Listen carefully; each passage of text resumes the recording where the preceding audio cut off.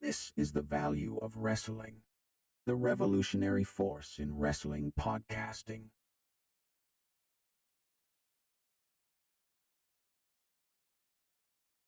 Oh, ladies and gentlemen, we are live, right here on the value of wrestling for your AEW Worlds End pay-per-view on December 30th, 2023. AEW ending the year on a bang? Maybe, depending how you felt about it. And that's what we're going to do. We're going to sit here and we're going to discuss it. We're going to get into it. The poll is up. Go ahead and put your input on. What do you think of tonight's show? Was it awesome, good, average, boring? We're going to discuss all the things that went down on this event and try to make sense of it in some way or another. But first, let's get into the introductions. The one, the only. Oh, you know. I got to make the adjustment here real quick. For whatever reason. Seems like that's a down.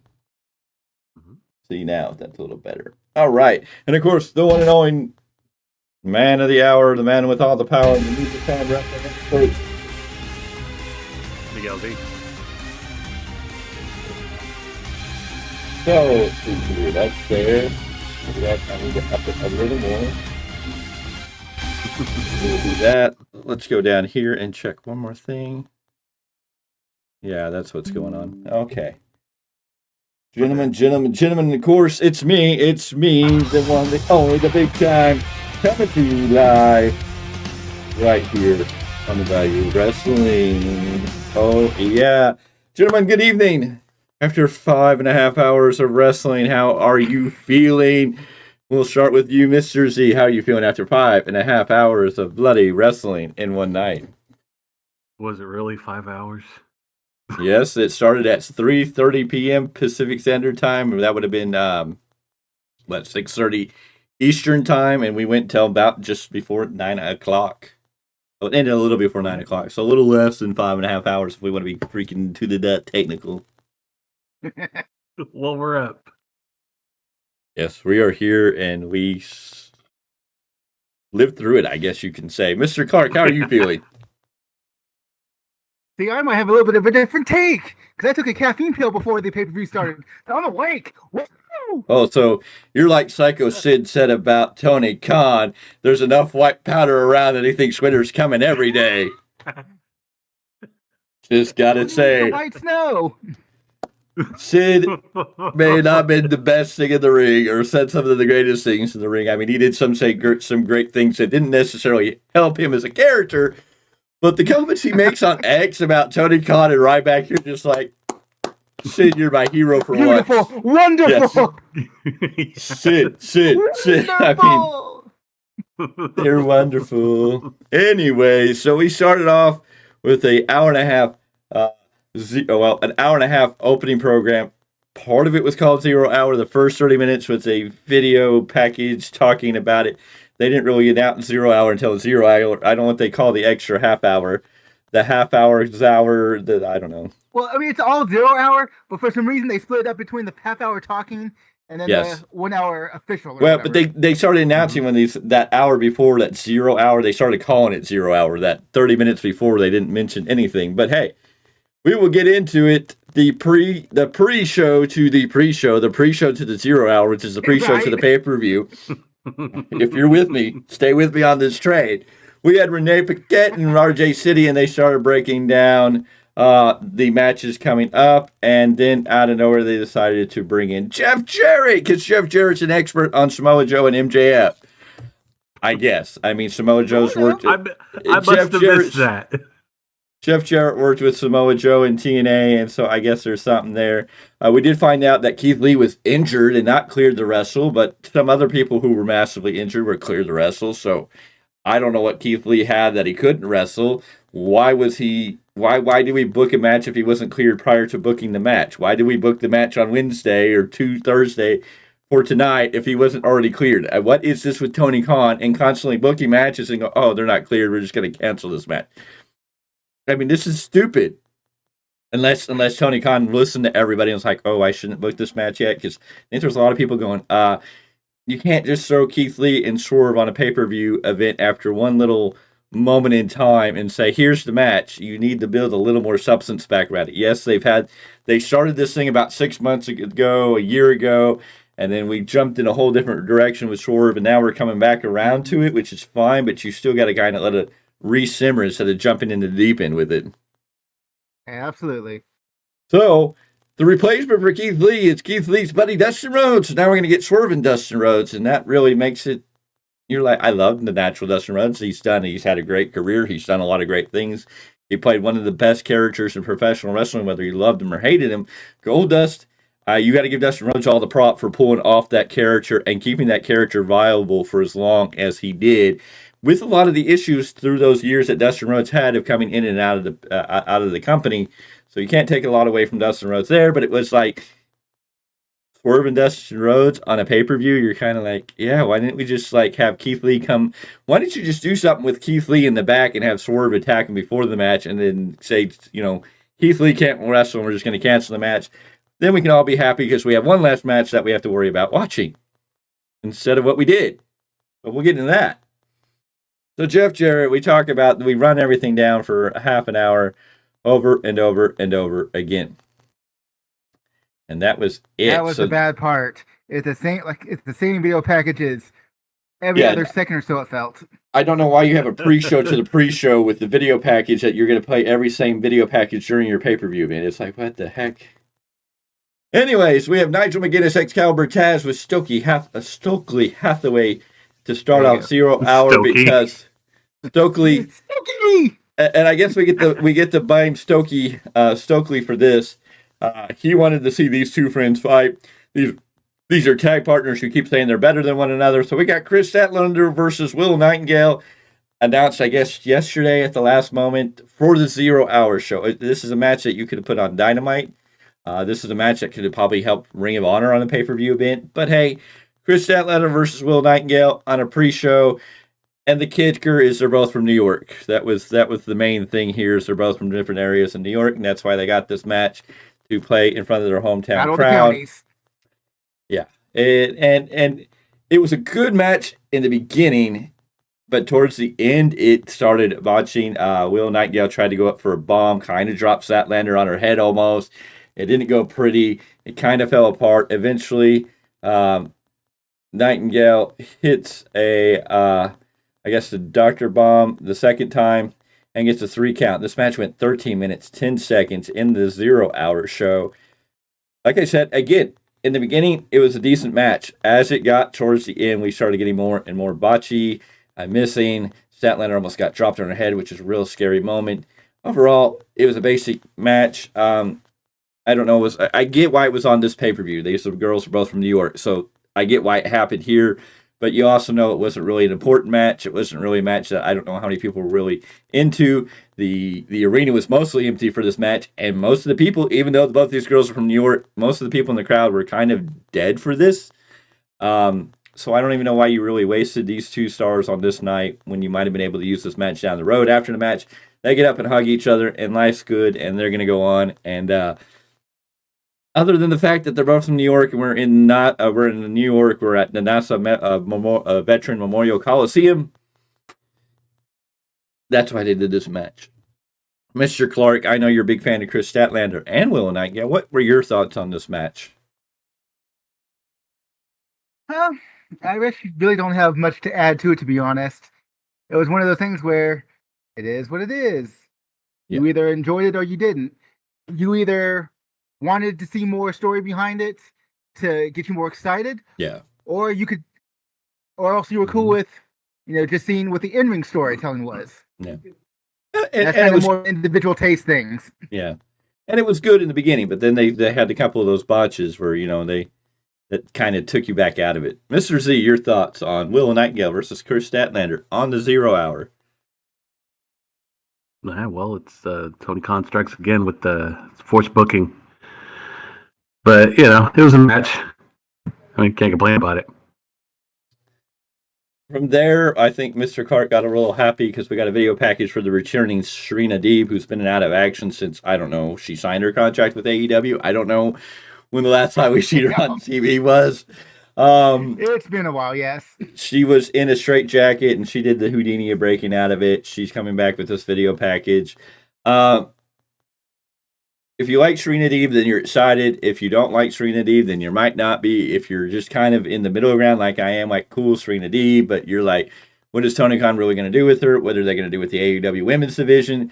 And then you wonder, oh, yeah, that's right. They had a video package that came out as of yesterday where the women of AEW basically blasted everybody from the cameramen to their male counterparts to the fans about we're female wrestlers and our cameramans are perverts. And you had Nyla Rose on there going, oh, you think I'm not talented because you don't find me attractive. And I'm like going, wow, I can't believe they let this go out here. I don't know if this is AEW approved or not. Then you had Chris Statlander going off going, you don't think I'm talented and blah, blah, blah, blah, blah. And we're not good enough. And the internet hates women wrestling. And I'm just like, I don't know where that came from or what that was about. So when I see Serena Deeb coming back for me, it's like, she's got talent, but I don't, she ain't going to do much. Maybe put over some younger talent. She kind of had a good run when she was going there for a little bit, but I don't see her doing anything, so it doesn't really do anything to see a video package about her return. It's just kind of like, okay, cool. Welcome back to the same shit, doing the same song and dance.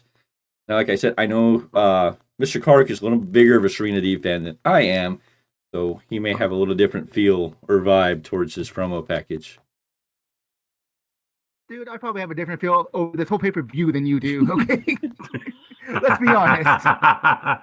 But yes, I was a little bit more excited for seeing this video package. It's like, okay, maybe they'll do something with it. Now, I'm not expecting over the top, like they're going to make her champion type stuff.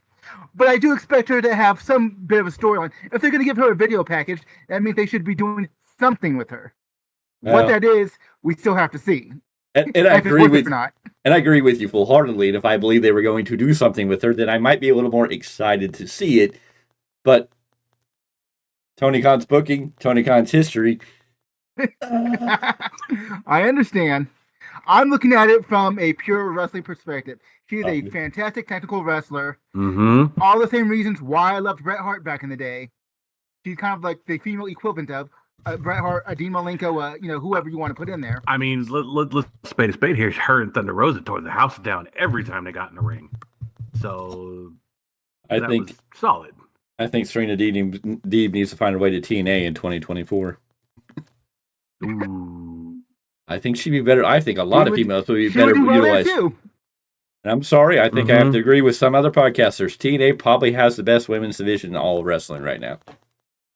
Well, they've had the best women's division on and off since the Knockouts division started.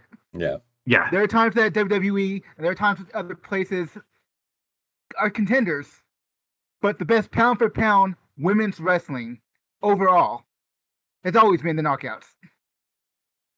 And I will die on that hill, obviously. Yes. So from there, we went into a 20-man battle royal. The winner of this battle royal is going to get a shot at the TNT Championship anytime, anywhere.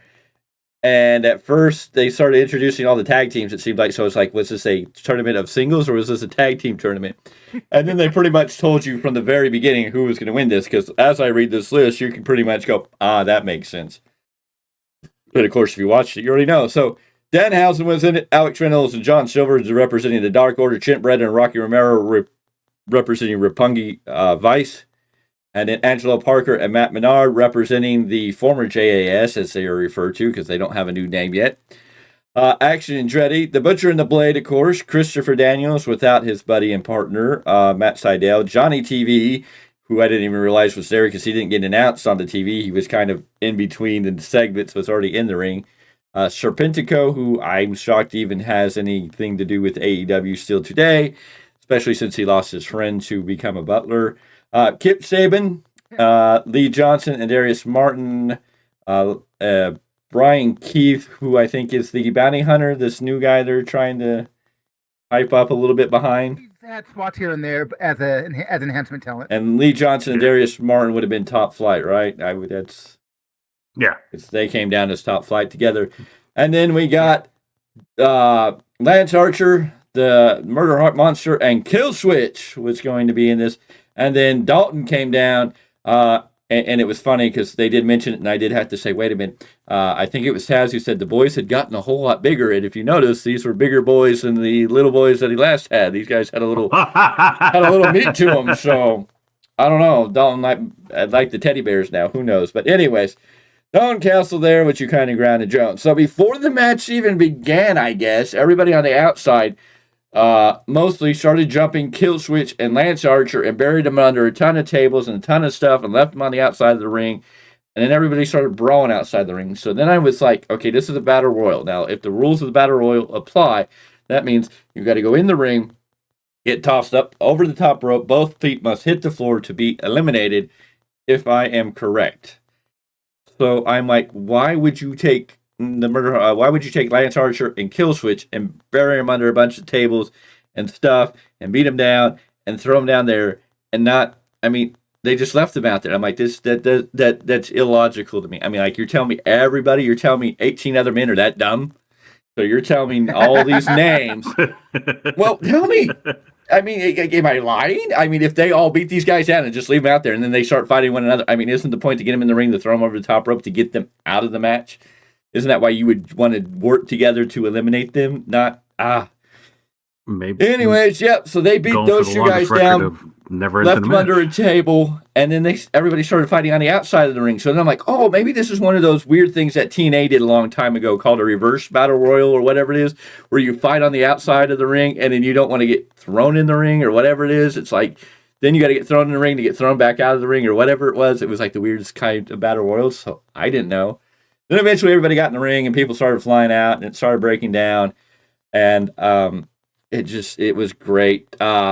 Then you had a really bad moment with Johnny TV. He went through the ropes, got knocked off on the floor, and then they said he was eliminated. He never went over the top rope.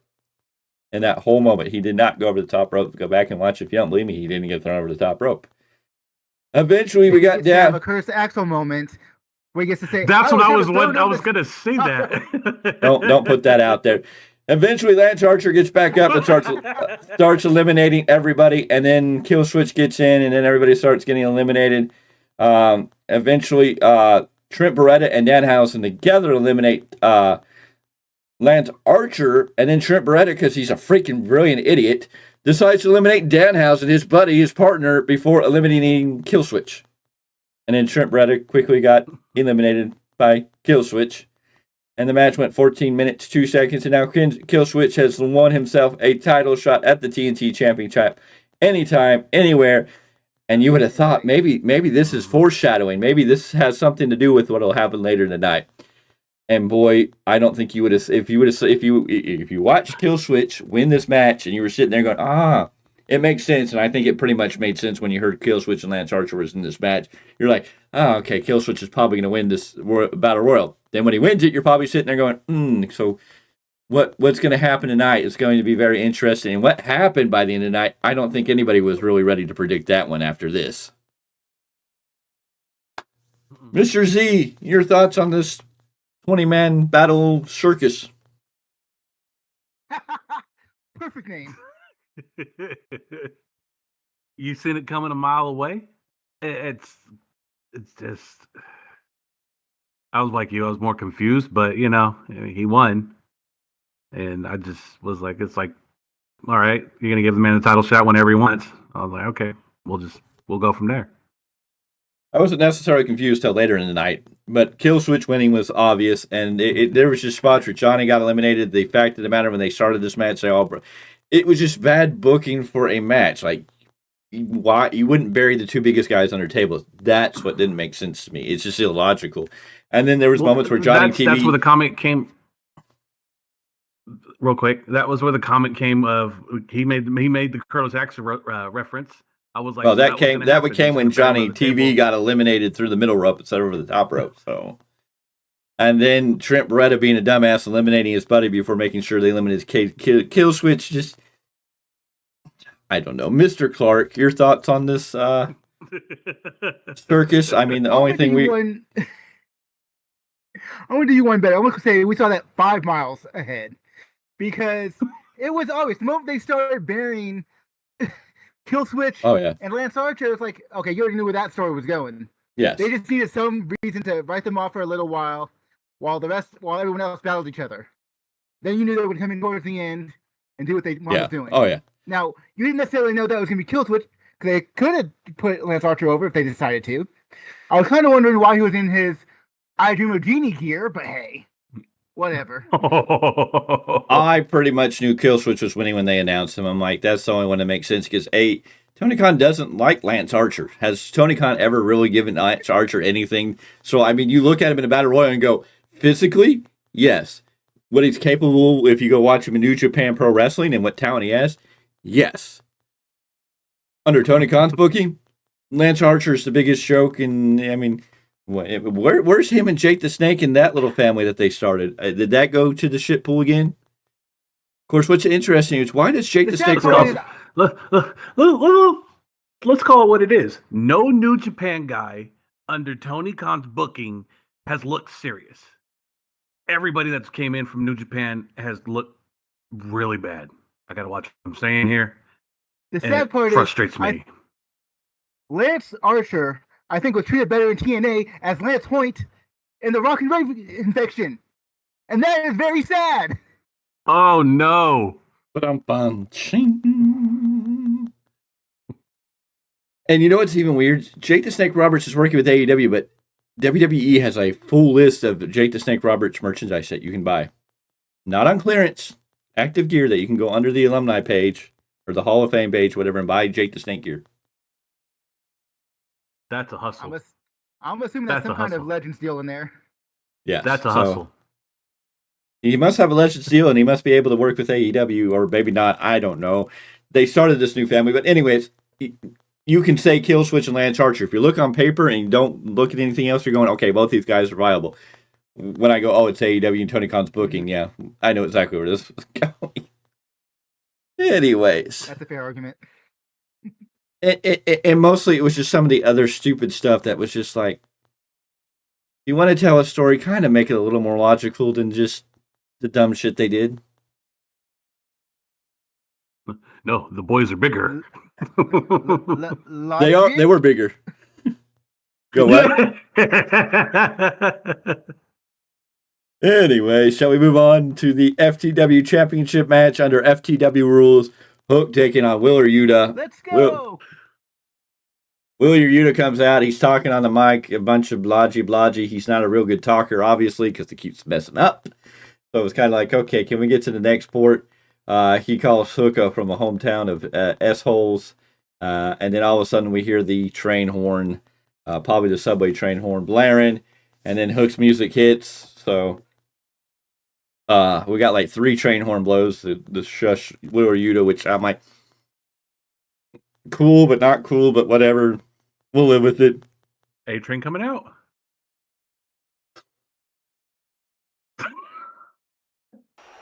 Yeah! There's one. Anyways, we get an FTW chat there with that, and yeah, it was interesting in all types of dynamics. This is a good solid match. We got weapons. We got trash can lids that said FTW. We got a trash can that said FTW. Yeah, it was definitely interesting. So, I mean, good solid match. Hook eventually wins. He takes a hockey stick and pulls back Yuta, he's on the outside. He pulled out a hockey stick. Yuta had a 2x4, and then he took a hockey stick and swept Yuta's legs, knocking him down, breaking the hockey stick in the point, and then he hit Red Rum with the hockey stick. This match went 10 minutes, 20 seconds, and nope, I screwed that up. We don't want you. Okay, there we go. No, why is that showing? I don't want that showing. Good God. We're going to move you over there a little bit more. How to fix things. There we go. Now everything looks right. Oh, whoa. There you go, folks. We just scared you with my big head. Yeah, now if you see down in the right-hand corner, Your count is on the screen. So, anyways, we got FTW, Wheeler Yuta and Hook. This was a good match. Oh my God. Why it needed to be on a pre-show, I don't know. But hey, it worked. It was okay. I think you could have done this other places, but we were in New York, home of a Hook. And so, yeah. Since Mr. Z can't talk at the moment, we'll give the floor to Mr. Clarke. Wheeler Yuta and Hook. Good match. Yeah, I thought it was good. I mean, it's just it's a showcase match. Yes. So that's why it was on the pre-show besides being in New York. Hook is always fun to watch, in my opinion. Yes. Wheeler Yuta's coming around. He's, like you said, he's not the best talker. Still working on that part. But he's doing all right. Yeah. And, it was a good match. At some point, they're probably going to have, another match for the ROH Pure title at some point, just for the heck of it. Just to show that Hook can also wrestle-wise, not just, fight. Yes. Mr. Z, your thoughts on Wheeler, Yuta, and Hook? Not that number on your corner. You're fine with that. I ain't tripping. No, I was thinking because they kept bringing up the Pure title, and I was like, okay, well, the way these two are working, I think Hook might do very well in a Pure match. Yeah. Obviously, you had Taz completely being a dad the whole time. So, I mean, I'm not knocking it at all. So, it was a good match. I was just more frustrated that stick looked like it broke before it hooked. Yeah. Wheeler. It got a little, there's a few botches in the end of that, but I think you forgive it because of who these two guys are. They're still both kind of got a little greenness to them, but they are really got a lot of talent. And I kind of like Taz when he was being a dad. When Hook comes out, it's like Taz feels more natural than trying to be the heel commentator. It's just like Taz is out there being a dad as a dad would be. You're just kind of like, I kind of like that Taz. Yeah, so there's still a very solid match, though. I mean, these boys could work. Anyways, now it's time for the actual, now that we've gone from the 0 hour, we're actually at World's End, it's time for the pay-per-view. It's live. It cut in, cut out, cut in for a minute, and then we finally went live, and we started out with an 8-man tag match competition because, well, we needed 2 8-man tag matches in one night because everybody's got to be on the card. This is Tony Khan, Vince McMahon booking 101. Well, hey, you could also say it's New Japan booking also. They do a lot of tag and 8-man tag matches. Just randomly? American New Japan. Have you watched my video yet? How many matches are on that card for Wrestle Kingdom? Jeez. Well, Wrestle Kingdom is supposed to be like WrestleMania for them, isn't it? Mm-hmm. So, I mean, I understand that when it's that big of an event. Anyways, 8-man match. It is the Continental Classic All-Star match, but it gets very confusing because you had Lethal, Jay White, and Rush were all part of the Gold League, but they're teaming up with Brody King, who is part of the Blue League. So that was confusing, and when they announced this match. And then on the other side, we had Bryan Danielson, Claudio Castagnoli, and Daniel Garcia, who were part of the Blue League, but they're adding Mark Briscoe to this side, who was part of the Gold League, so we don't know why it wasn't blue versus gold. I mean, that would have at least made it feel better. Why you switch Brody King and Mark Briscoe? I guess the only thing I could say is they wanted to get the moment with Claudio Castagnoli and Brody King being the 2 big men in this match going face to face was the only reason that you really got this change instead of having both Claudio and Brody being the big guys on one side, which I guess kind of makes sense in a way. Anyways, Daddy Magic was on commentary, and we got a showcase match here. And that's pretty much what this was. Everybody got off their moves. Everybody got to do their high flippity flops. And we got cannonballs and drop kicks and stomps and knees. And we got a big swing on Brody King. And we got Pirate Bryan Danielson running around like the pirate he is today. In the end, we get... No, that's still too early. Good God, this goes on forever. In the end, Lethal, everybody got in their finishing maneuver, so it was like a lethal combination of finger four, then we got a froggy bow, then we got a Busaki knee, and then we got a Blade Runner on Danielson, then we got a pop-up uppercut on White from Claudio, then we got a Gistus Lariat from King to Brody King to Claudio, and then Garcia with a backdrop driver, and then Jay Lethal hit a lethal, or misses the lethal injection. Garcia hits the jackknife, 1, 2, 3. Garcia picks up the win. This match went 17 minutes and 16 seconds. Bryan Danielson, Claudio Castagnoli, Daniel Garcia, Mark Briscoe win this match. Daniel Garcia getting a moment here after pretty much only winning one match, but he got a big match winning over Brody King. But, hey, here's the great thing. They buried Jay Lethal even more in that hole. And we can say the great storyline is that, he's with Jarrett now. This is going to make him go, I don't need Jarrett. But I'm like, or he can't win without Jarrett, so I don't know why he would leave Jarrett. I don't know. I'm sad to see Jay Lethal lose again after not winning a single match in the tournament and then being the one that has to take the pin here.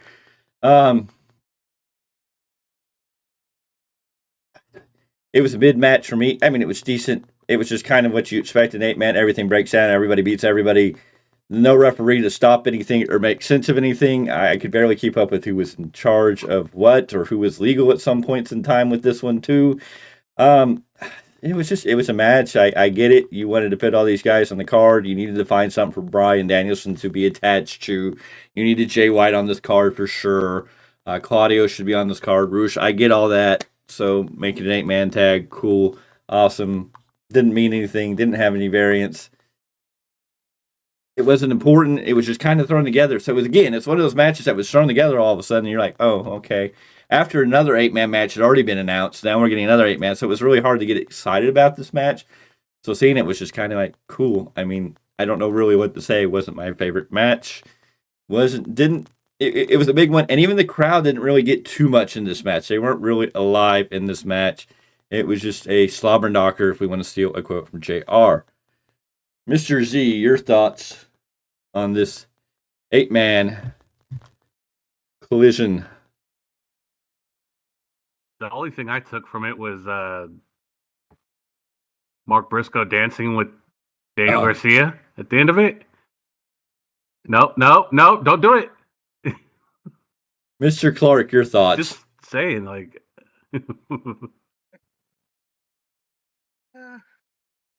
My biggest gripe actually had nothing to do with the match itself. I was actually fine because I enjoy showcases, seeing what, reminding us what the different wrestlers can do and getting their shit in.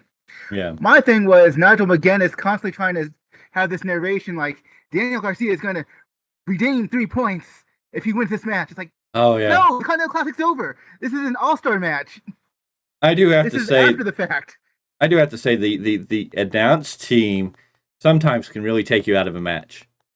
They really just kind of get on their own tangents, or they start talking about something. You're like, what are they talking about? Can we focus on the match? They just get out sometimes. So yeah, no, Nigel McGuinness and his weirdness is just,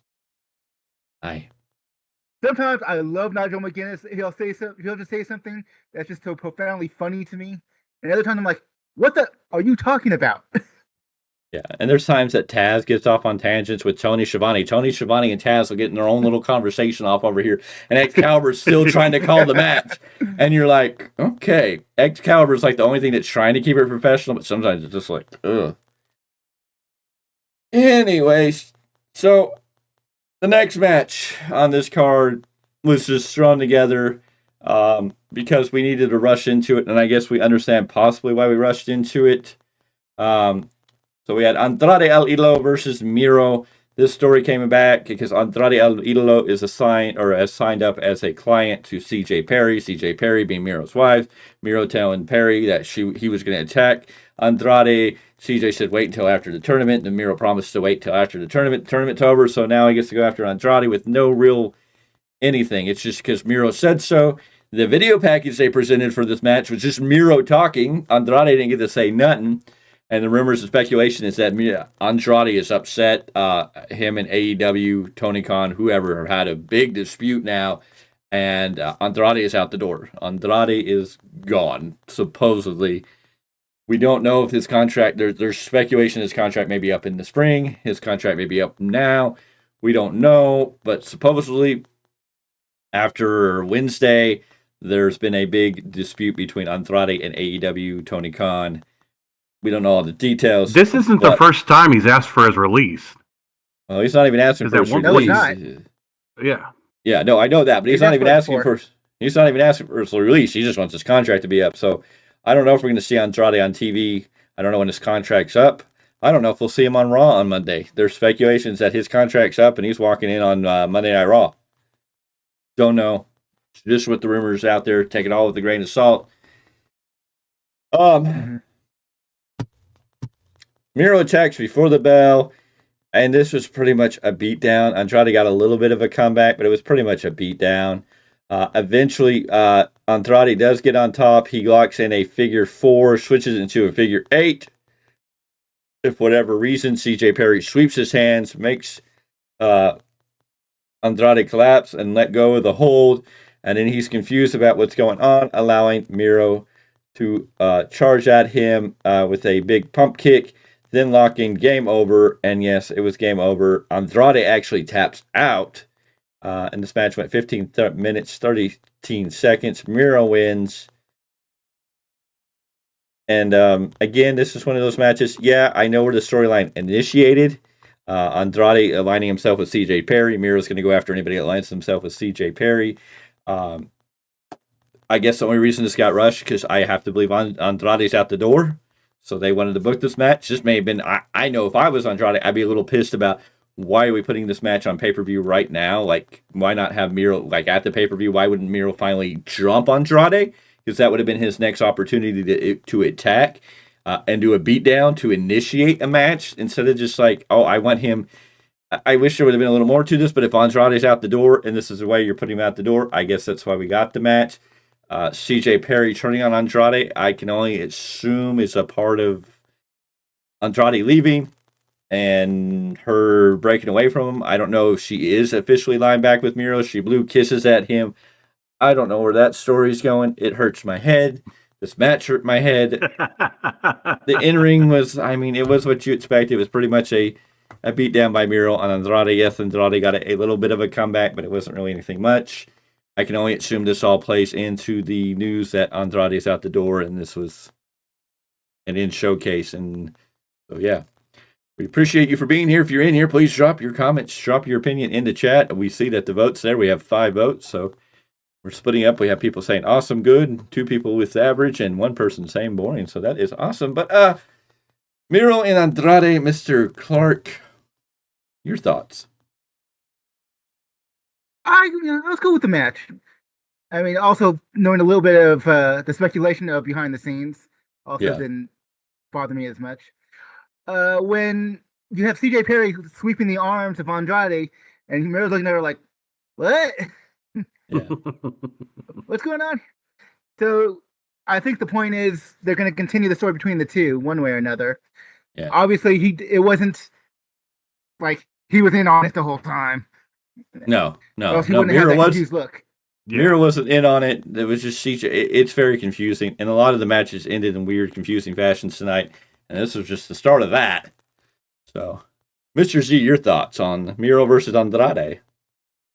First off, with Andrade and his entrance, I just want to go off his entrance. Him still wearing his mask and then taking off, I enjoy, because some lucha fans forget that he did wear a mask at one point in his life. Mm-hmm. But I seen it too. I was like, why does Miro look extremely confused when the turn happened? I was, you seen it. It was gonna happen. It just I don't understand why. But overall, it was a decent match. They made Miro look strong and gave Andrade a little bit of hope and finished it out with that. All right, moving right along, we get the AEW Women's World Championship. Before the TBS Championship, we played this match, which was blew me out of the water because I'm like, maybe this match should have been a little later, but as it played out, then I was like, okay, I kind of see why it was here. Tony Storm, your champion with Luther, was out here to take on Riho. And this match was kind of a bit of a boring for me because it was like Tony Storm kept body slamming Riho for much of this match. And the commentating team spent a lot of time making fun of Rio's height and how she's little and yada, yada, yada. And I'm just like, we get it. We can see the size difference here.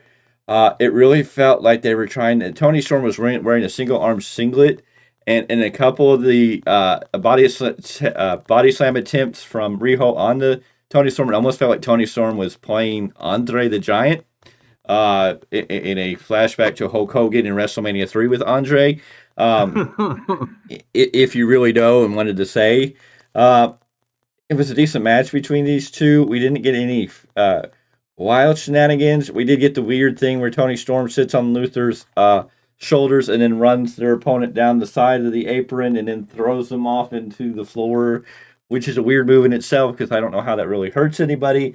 How Luther helping is not some weird interference. And then I think Toni Storm put Riho in the Texas Cloverleaf.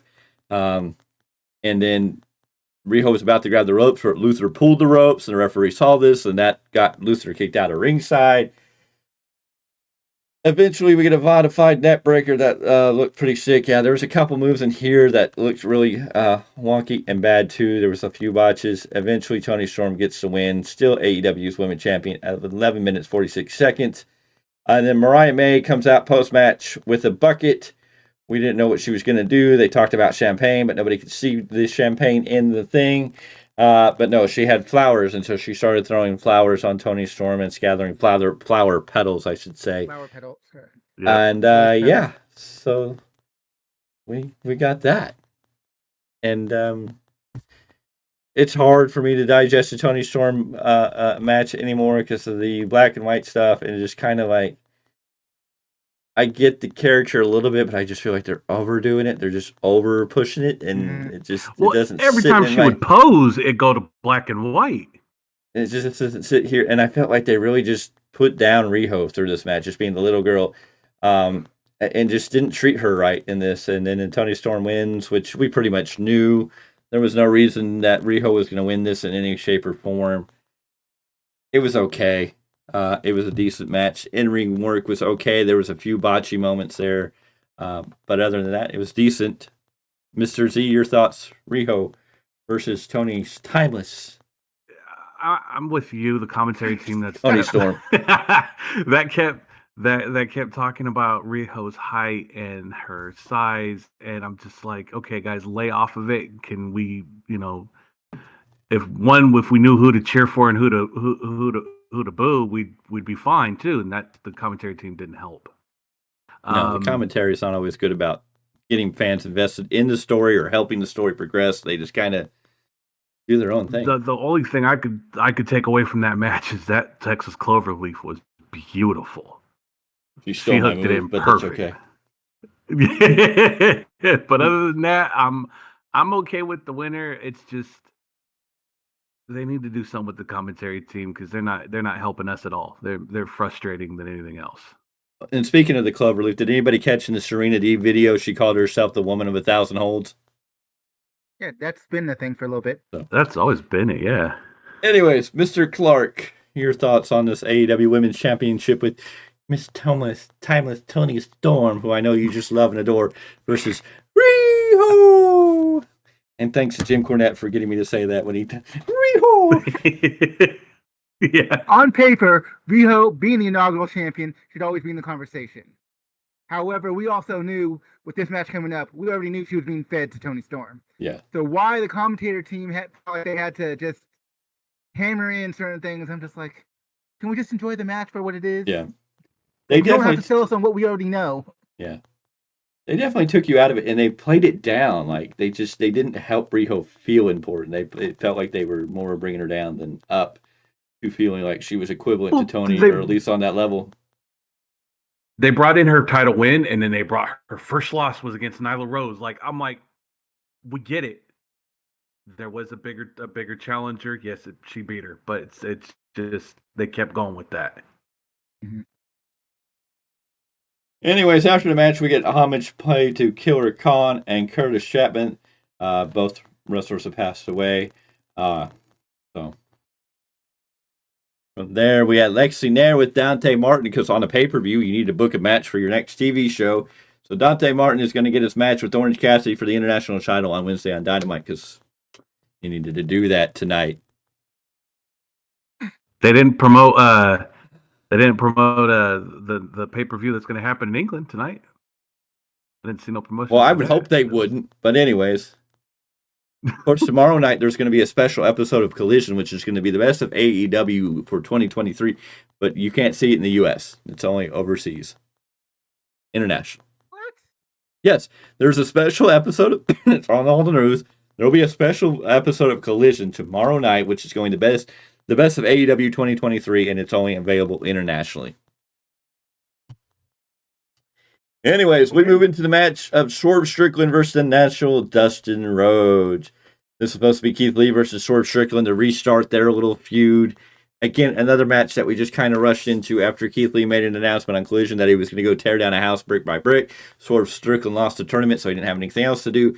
So before restarting that feud, really, we rushed it. And why we did some of the things here, we couldn't have done it, I don't know. But anyways, Dustin Rhodes is coming down. Swerve attacks him, and with the help of Prince Nana, they lay his arm or his leg across a cinder block, and Swerve stomps on it, injuring Dustin Rhodes. All the paramedics, all the refs, and then the doctors, and all the people come down and check on Dustin Rhodes. It looks like they're going to walk Dustin Rhodes out, and I'm sitting there going, "This is stupid. Why couldn't they just done this with Keith Lee?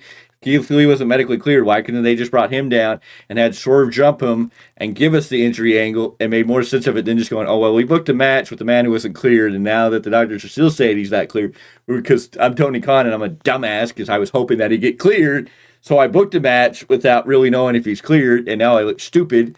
So then I have to bring Dustin Rhodes in on a way out here like, oh, well, Dustin Rhodes and Keith Lee, they're friends, they're buddies, and you're like, okay, cool. Anyways, they attack Dustin Rhodes before the match, and then Dustin Rhodes being the Dustin Rhodes that he is, and I love Dustin Rhodes. I love Goldust. I love the Natural. I respect the Rhodes family.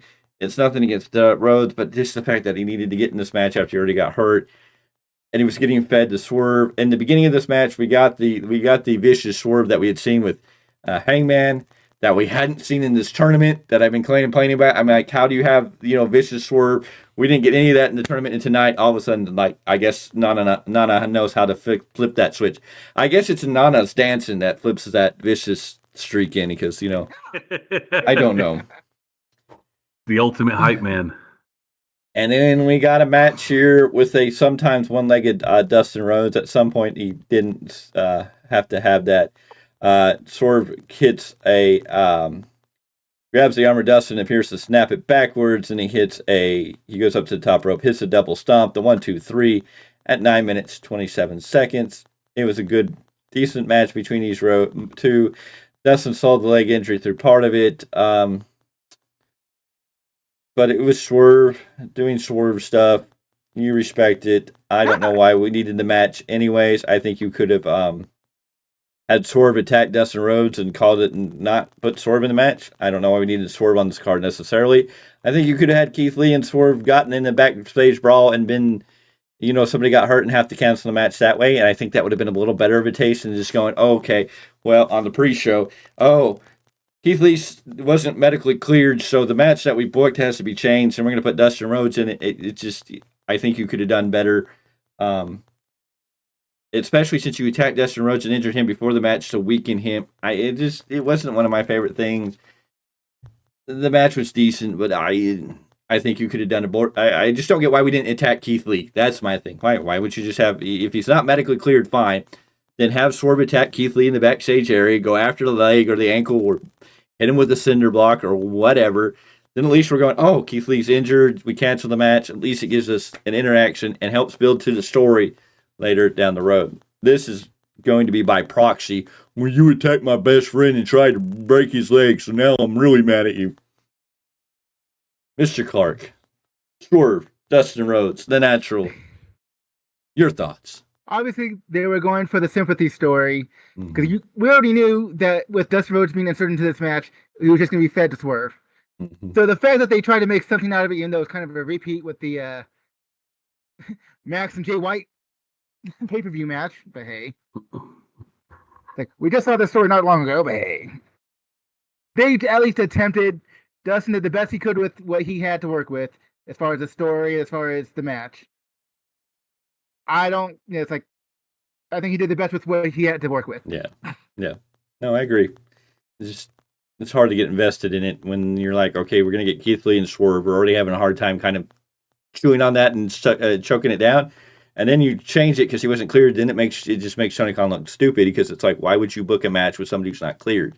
I mean, that's just, well, we thought he would be cool, but you shouldn't book a match if you thought. If you're not for sure, don't book a match. Well, okay, but then look at the promotion he did with Omega, knowing dude was not feeling his best. Well, that's the same thing. I mean, I don't know why he was pushing Omega. Exactly. His top star, or one of his top stars at least, why he wouldn't have let Omega have the time off to go do that and not even start this storyline with the Golden Jets if this has been going on that long. But hey, it's also Kenny Omega wanting to be Super Omega, and so, I mean, both of them fall flat on that. Mr. Z, your thoughts on Swerve? One of the things we have constantly said about Tony Khan, he got to step up and be a boss. That's one of those things. He had to be a boss and not put so much faith in. It's like, no, cover yourself, cover your company. Exactly. Mr. Z, your thoughts? I'm going to piggyback on what you said. They should have done something to maybe have some sort of an angle that why Keith Lee couldn't compete. It would have made it better. But that's just the story of Tony Khan's forced booking. I gotta throw it on there, and I mean it happens. Dustin Rhodes, great athlete. I love watching him. That sidekick that Swerve does is nasty, and he hit him with a couple of them. I was like, damn. But you know, it was a match. I mean, what more can I add to that? You know, just a time filler at that point. Yeah. And ring-wise, I would even say that Dustin Rhodes, his whole AEW run, has been some of the best work he's done ever. Just because he has all the experiences of the past, meshing with what he can do presently. Mm-hmm.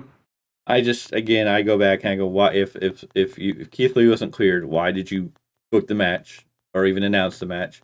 And then when you found Keith Lee, you booked the match, and then you found out Keith Lee wasn't cleared. Why didn't you just do an angle where he got taken out? Why did we need to add Dustin into this? I mean, the story is supposed to be Keith Lee and Swerve. Why didn't you just have Swerve attack Keith Lee to continue the feud, build that story? Because then you'd have 2 more months, because you're looking at Revolution at the beginning of March is the next pay-per-view, supposedly, unless they add one.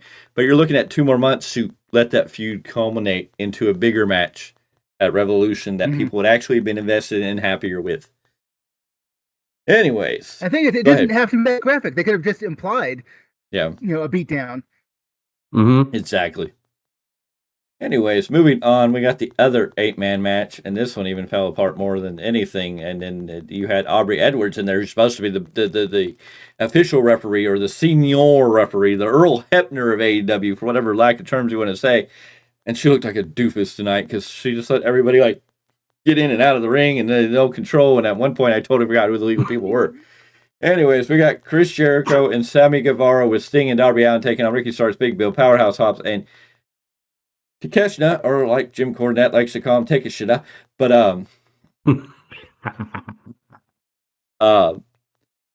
and this was a match that was booked as a Dynamite, kind of all thrown together. Originally, it was going to be Kyle Fletcher, and then we changed it out for Takeshita. And again, it's a match. Guevara begins with Takeshita, a good solid match with them two. And then Jericho gets tagged in, and he gets booed. We get a little sex gods pose, and he gets booed.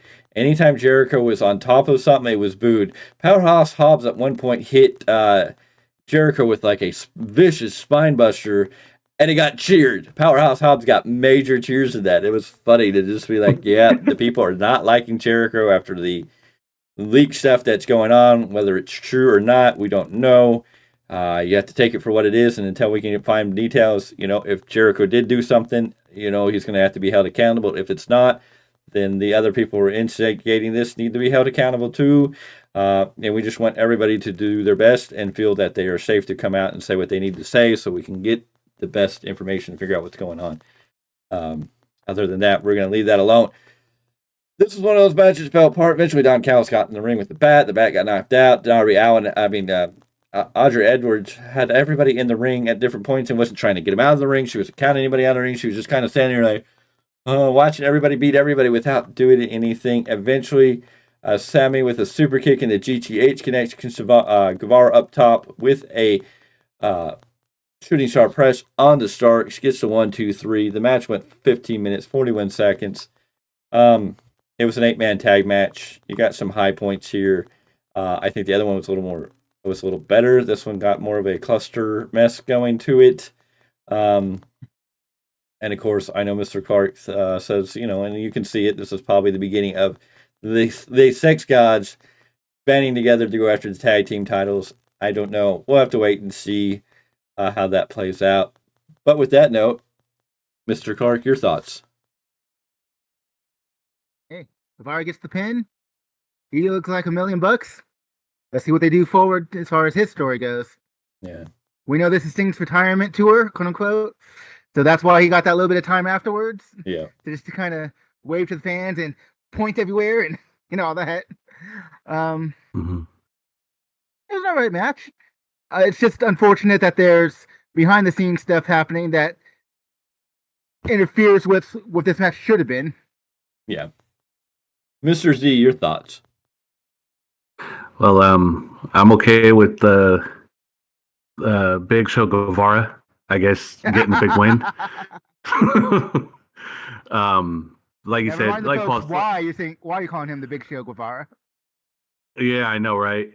But other than that, it's just like you said, Paul. Remind the folks why you're calling him that. Oh, more heel face turns than anyone can count. That's why. Oh, you're a good guy. I don't. You're stealing my thing when I said that. Yeah, I had to because that was a great one. It. Yep. No. If it wasn't for the backstage stuff, it definitely took away from, I would say, Sting's moment. If this is his retirement tour. Yeah, because no one's really. Yeah. Go ahead. No, you go ahead. You're fine. I was just agreeing with you. Yeah, it took away from that. Other than that, I mean, I would like to see where they're going to move forward with Guevara as far as that's concerned. I mean, he's been around since day one. Mm-hmm. He's a very good young talent. I'd love to see him move forward on whatever they want to do with them. But, right now, I guess they're just going to pigeonhole him with Jericho, I guess. And that's where that may be bad. Thinking of it, I know Mr. Clarke kind of said, this looks like maybe they're going to build them towards the tag team. But thinking about it for a moment, like I said, I think Tony Khan would do the smart thing and talk with Jericho and maybe take Jericho off TV. Not saying Jericho did anything wrong or Jericho isn't wrong. We don't know enough information. But because there's so much heat and so much public outcry, as we heard how bad Jericho got booed, because this crowd was pretty quiet until this match, and Jericho got a lot of heat. I would take Jericho off TV right now, do their little investigation, let things kind of maybe die down, because it's just going to look bad. It's going to bring a bit of bad publicity, because we are in a day and age where somebody says something and then people run with it, and it may be true, and if it is, then that's one path. But again, people can say things and it not be true, and it causes other issues. But in this situation, when you're a public company like this, that needs an audience to support itself, sometimes you got to break yourself away from something that may be looked at as, it is bad publicity in this sense because it's coming out. So Jericho going away. And that may be bad for Guevara because of the situation. If you put Guevara and Jericho together, it may put heat on Guevara, and the fans may turn Jericho and Guevara heel. And Guevara doesn't need another switch. And Guevara doesn't necessarily need that heat off of Jericho right now. So I would think maybe, let Guevara have a single run for a little bit, let Jericho kind of go away. Hopefully this, does whatever it needs to do. Blows over.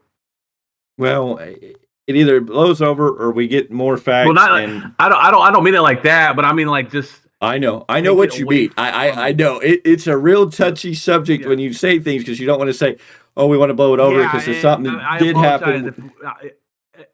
Let me it's hard. I know, folks. Just so you know, I'm with them. I want the right things done. Yeah, well, and having him off TV. Yeah, just so till they figure out what is really going on. Taking him off TV will definitely take eyes and ears away from what needs to be taken care of, personal stuff backstage, and focus back on what we love, wrestling. And I think when we say blow over, I think we're talking about the publicity, the look on AEW, that it goes off of AEW, and AEW can get focusing back on AEW because there's just been a continuous thing of chaos and stories. We had the CM Punk brawl out, CM Punk, Jack Perry. We've had so many things that just kind of hurt AEW's image, and they're trying. I think Tony Khan's really trying to rebrand AEW and bringing life back to it, and they don't need another controversy of any kind. For us, I think we all agree, we just want the truth to come out, and when the truth comes out, the proper actions are taken. Yeah, deal accordingly. Exactly. Mm-hmm. But I get it. It's real iffy. You don't want to say it blows over because it's like Well, yeah, I get that. That's why I had to clear that up. Like, folks, No, I know. trust me. I want business handled, but I want it not to take away from what is going on inside the ring. Let those who need to take care of it take care of it away from the media.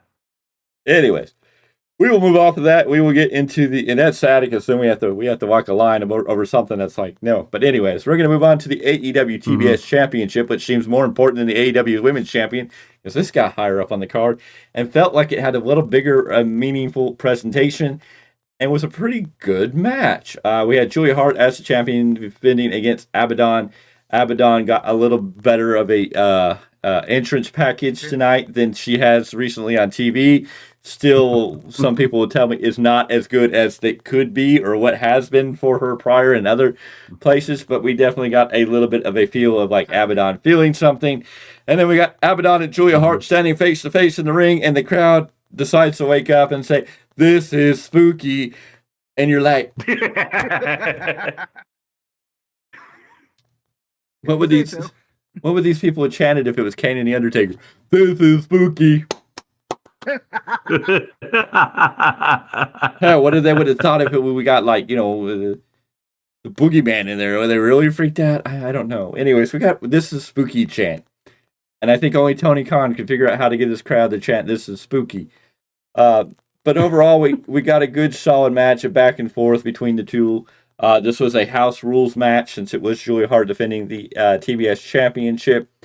Eventually, why am I not? Okay, part of that. Eventually, Sky Blue appears. She tries to knock Abadon off the top ropes and then crawls back onto the ring, but Abadon sees her, pulls her out, starts attacking Blue Sky. But Julia comes from behind. She rolls Abadon back in the ring, climbs on top, hits a kind of a botched moonsault. She went for the moonsault and she botched it. She landed on her feet. And the announcers even caught and tried to switch it from a moonsault to, she hit her with the knees. It was kind of a sad ending after a really good match between these two. Sky Blue playing the right part and everything, but Julia Hart gets the win. It was an 11-minute, 58-minute match. It was a good match, but the ending kind of took away from everything you had because she really... I'm sorry, Julia Hart, I love you. I think you're really great. You're the youngest champion in AEW history. You have a great entrance. I mean, your entrance could almost border the Undertaker's entrance. Almost there. I mean, you look at her gear tonight and you could feel just a hint of Undertaker-esque feel to there. So, I mean, she has a entrance that could live up if held on to, promoted, used right, and so forth. That could go down like an Undertaker-esque entrance. Is it there yet? No, I don't want to give it that fool, but I mean, it's got pieces. It's something that could definitely reach that level. Fans dig it. I'll give you that one. It's great. But yeah, when you mess up your move at the end, and I know that's an accident, but we have to be here and we're reporting on it, and it was noticeable. So I mean, I wouldn't be doing my due diligence if I just said, "Oh, this is a great match," and not you messed it up. It kind of Anyways, but a good solid match overall. Other than that little ending, sadly, that just was like, it would have been a great match. Mr. Clarke, your thoughts? I'm going to say I thought it was a great match. Punk it. But then I also happen to be a fan of both, and just because there's some botches here and there, that doesn't bother me the same way it does some other people. So, the thing is, you knew Julia Hart was going over. Oh yeah. So it's like I was excited to see what they were gonna do, but I wasn't like, I wasn't in that anticipation like, oh my god, who's gonna win? We know who's winning. You can only enjoy it for what it is. Yeah. But I will give them credit. They made Abadon feel a little more of a threat than they had in the previous. Instead of treating her like a joke, they at least gave her somewhat of a showcase, let her kind of feel like there was some threat, though we knew what was going to happen. It still felt a little bigger than she had been presented. One of these days, I may go back onto AEW's YouTube channel, and I'll find you one of the Darker Elevation programs and show you what Abadon's entrance used to be, and Yeah. see why I have so much regard for it when they do it. Mr. Z, your thoughts on this match? Yeah, but like you said, it was more just kind of feeding someone to Julia Hart, but they did showcase Abadon, made her look strong, gave her some high points, which is what she needed to do. Her entrance was good too. I've seen the ones from Dark Elevation, so I know exactly what you're talking about there. But yeah, no, minus the ending. I was like, man, they can actually have a flawless match. This is great, and no, but yeah, no, it was good. I'll take it for what it was. Whoopsie, why did we do that? Uh-oh. I hit the wrong one. Why? Okay, there we go. Let's get back over there. Okay. I hit the wrong button. The wrong three-man show. We were up on the weekly roundup, which is tomorrow, or there will be our yearly roundup. But we'll get into that. Where was I going? I was going somewhere.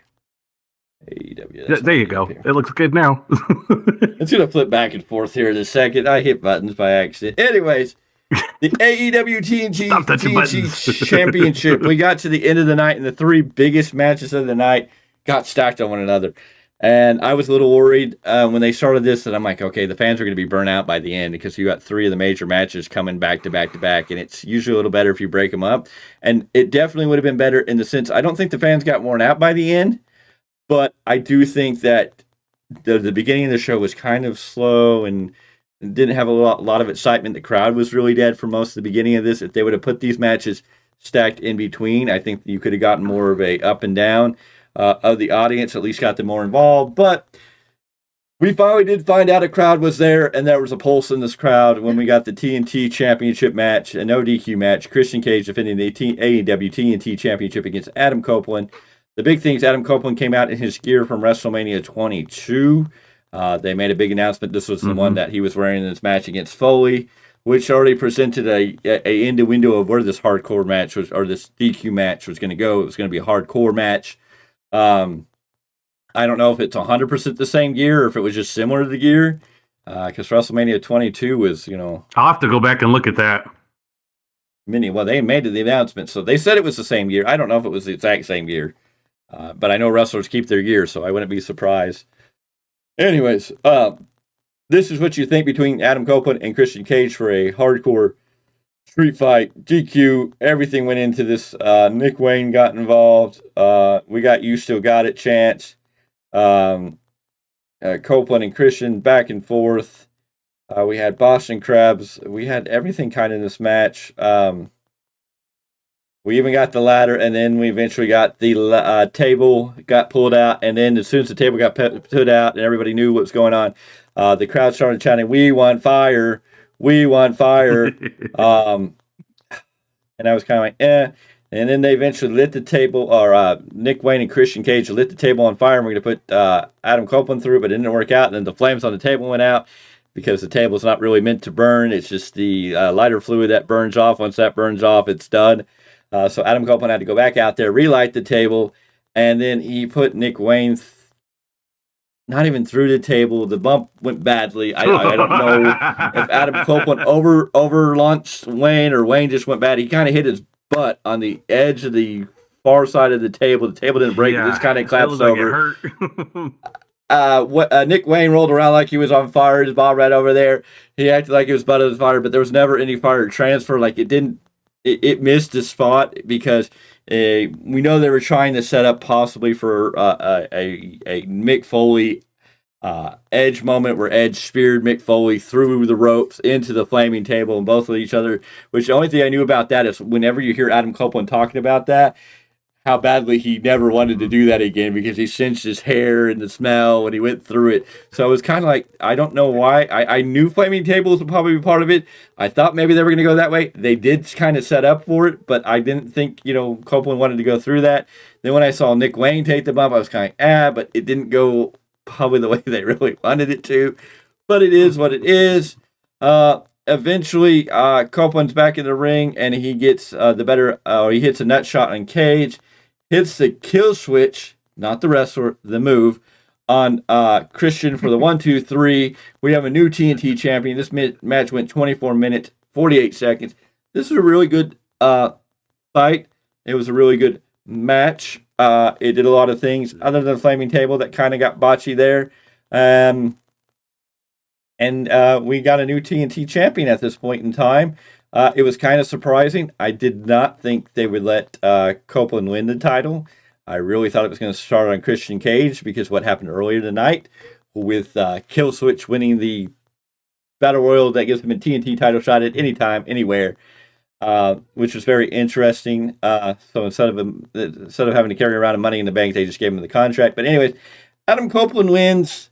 The match was good, minus some of the shenanigans, but it was what you expected in this type of street fight. So, gentlemen, with that match, before we jump the gun, this is the end of this first match. Adam Copeland's new TNT champion.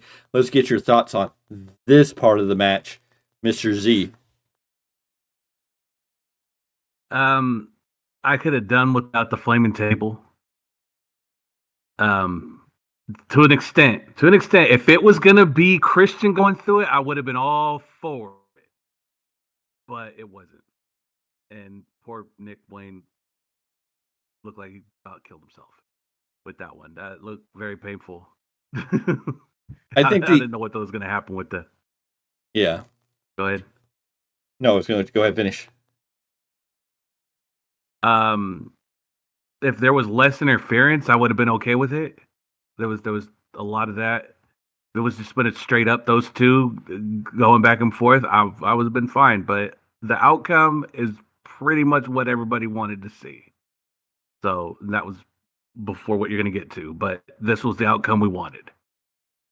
I don't know if it was the outcome I wanted. I guess I would. I don't know if it's even the outcome I wanted. I don't know if I wanted Adam Copeland to win a title this soon in AEW. Personally, I expected the flaming table. I even when the fans were chanting, I'm like, oh. And then the minute they announced Adam Copeland was in his WrestleMania 22 gear, I'm going, we're getting a vicious hardcore match. We're probably getting a flaming table. The only thing that hurt me with the flaming table is it really didn't play the role that it should be because Nick Wayne kind of went over it and barely bumped his butt on it, so it didn't feel like he really caught on fire, like more of a serious, oh no. But it is what it is. It was a decent match to that extent. There was a few things in there that weren't great. Mr. Clarke, your thought on the match here where Adam Copeland won the TNT Championship. Is this what you wanted? I don't know when Nick Wayne, bumped the table, if you will. If he was telling that he was on fire or not. I thought he was telling that he hurt his tailbone by glancing the table more than anything else. I took it as he was trying to act like he was on fire, but each his own. I guess. It was a good match. You have two seasoned storytellers, in-ring storytellers, who I thought did a pretty good job up to that point. I expected the shenanigans. How are you going to have the patriarchy out there and not have the shenanigans? Yes. It's everything I pretty much expected out of it, for all intents and purposes. And yeah, then we go from there. Yeah. Yes, it was. It real quick, guys. That was the same year he wore at WrestleMania 22. I just double checking. It was the same gear. Well, they said it's the same gear. I don't know for sure if he's wearing the same gear he dug up or if he had gear that was made similar. Everybody could say it's what I think it's. I think it was made similar because it's the same type of pants he wore during the match he had with. And it very well could be. They save a lot of their gear, but if that we know why it was that the homage was there. But yeah, I still didn't think Adam Copeland needed to win this match to win this title. I thought Christian would have held on to the title. I don't know why he needed to lose the title, and especially after what happens next. So anyways, as we know, earlier in the night, Killswitch won the Battle Royal, which gives him a title match for the TNT Championship anytime, anywhere. So what happens? Adam Copeland celebrating in the ring, and suddenly he feels a presence in the force. You could see out his face because Killswitch was standing behind Copeland. Clothesline for behind, choke slam. Killswitch grabs the chairs, opens it up, and choke slams Copeland onto the open chair. Killswitch has the contract for the TNT Championship. He's about to hand it in, but here comes Christian Cage, demanding he hands over the contract.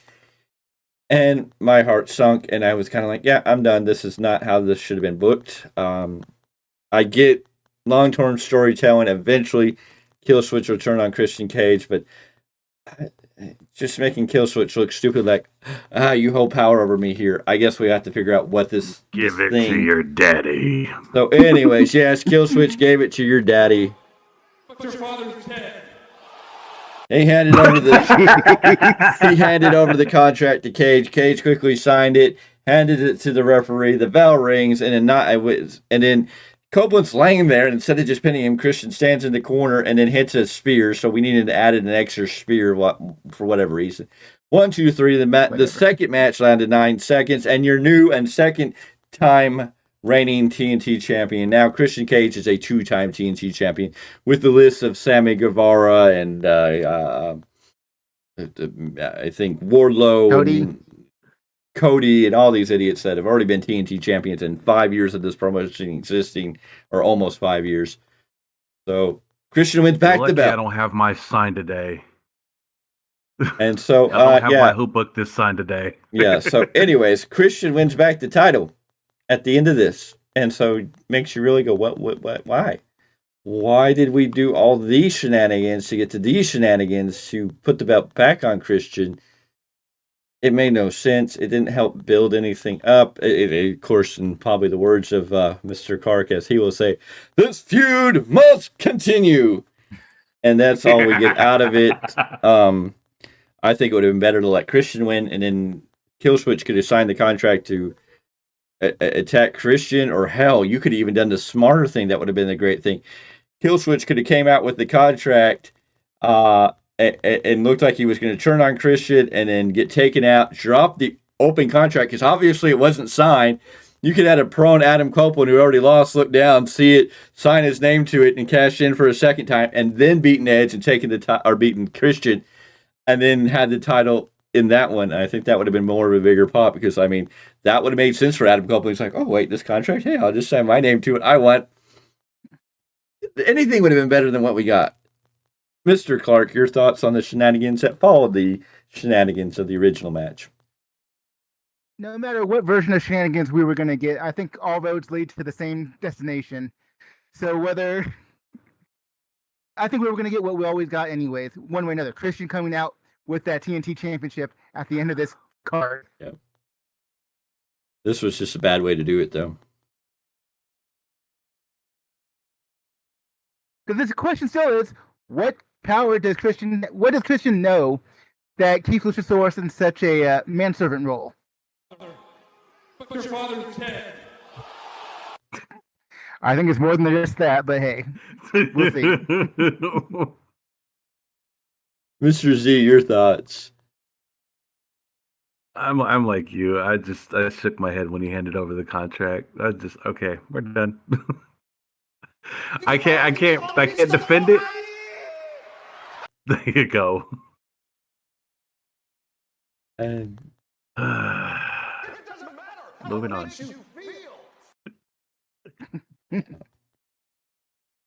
So, ladies and gentlemen, it's now time for the Continental Classic Finals to crown a new Triple Crown champion. Eddie Kingston, your Ring of Honor World Champion, your New Japan Pro Wrestling Openweight Champion. Never Openweight or Openweight? Strong Openweight. Strong Openweight. There we go. I hate when they have like 3 titles with the same name, just a variant of a slight word. Never Open and Strong Open and Open. Right. The way it feels. Yeah. As long as they don't have a title that's called Wide Open, because that could be taken in a lot of different ways. Oh, damn. You had to. You think you know me? Anyway, so we got Moxley versus Eddie Kingston. Bryan Danielson was on commentary for this one, which we expect. And we got probably the best match on the card the whole night.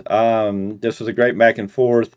You didn't know at times they made it look like they were going to go with the safe route with Moxley, but in the end, they fired each other up with shots and like, good God, they were beating the snot out of each other with some of these slaps and chops and punches and everything else. Another massive back fist on Jon Moxley. He collapsed. 1, 2, 3. This match is over in 17 minutes, 17 seconds. Your winner, a new Triple Crown champion, and your new Continental Crown champion, as it was introduced, and has a stupid crown on the center looking really weird. I don't know this. I looked at this belt and I was like, "What the hell?" There's a crown on it, and then when I realized this is the Continental Crown belts Championship, you get online. So now that we have Triple H, and then MJF has the Triple B. Now Eddie Kingston has the Triple C, and the Continental Crown Championship. And is a Triple Crown winner, which they still didn't build up anything about the importance of the Triple Crown or why the Triple Crown. I don't know. The match was good. It was the best match of the night, I think. It was a good, solid match that you expect between Moxley and Kingston. At the end, they embraced each other. They hugged. And you're excited. The right man won here. The man from Yonkers, New York, the King of the Bums, is now the Continental Crown Championship. So I guess he's got his crown and a championship in one way or another. He's been crowned. And you're happy for Eddie Kingston. He got his flowers. He's got his moment. This is probably the highest moment in Eddie Kingston's career in AEW. I don't know if Tony Khan will ever really give him the World Championship. I think he definitely deserves an opportunity to be on that path. I definitely think he deserves to wear that belt at some point. I think he's done everything to show that he could carry that belt. Maybe he goes to TNA and wins a championship there. Maybe Triple H looks at him and sees what he could be, and maybe he gives him a shot in WWE. Eddie Kingston in WWE, there are some names I'd love to see. Eddie Kingston's a guy I'd love to see knuckle up with Brock Lesnar. Tell me those two men wouldn't be able to make a great story, promos, and a match that would just be. And Eddie Kingston could go to Suplex City and just keep having Eddie Kingston get up and Eddie Kingston get up. I think you could have a beautiful story there. Mr. Z, what did you think about Moxley and Eddie Kingston, your new Continental Crown Champion, your new Triple Crown Champion, your New Japan Pro Wrestling guy? Eddie Kingston's got his roots deep in there. Oh yeah, man, I'm over the hill with this one. But I'm gonna go ahead and go on record saying my wife walked into the room right when this match started, and right out of her mouth, "Oh, baby daddy number 2 time," and sat on the bed and watched this match. She loves Eddie Kingston. I'm gonna leave that one alone. But so who's mommy number 2? It was a great match. I don't have one. We got one. You're not allowed. Okay. We see how it works. It's okay. I just wanted to clarify if you could have one or not have one, but we know the answer there. Thank you. Go ahead. But we already knew it was going to be a hard hitting match. I didn't know it was going to be as snug as it was. Because good God, they were beating the snot out of each other. One, just the chops themselves was insane. It had me cringing because you could see Moxley's chest just getting beat to just hamburger meat at some point. But overall, just having Kingston finally get his flowers. If these are the flowers he's getting, he got it in his home in his home area in front of a home crowd, and that the right man won for this one. And they were there for Kingston. The Kingston chants were loud, proud, and clear tonight. Mr. Clarke, your thoughts? Here's the irony for me. I wasn't too impressed with.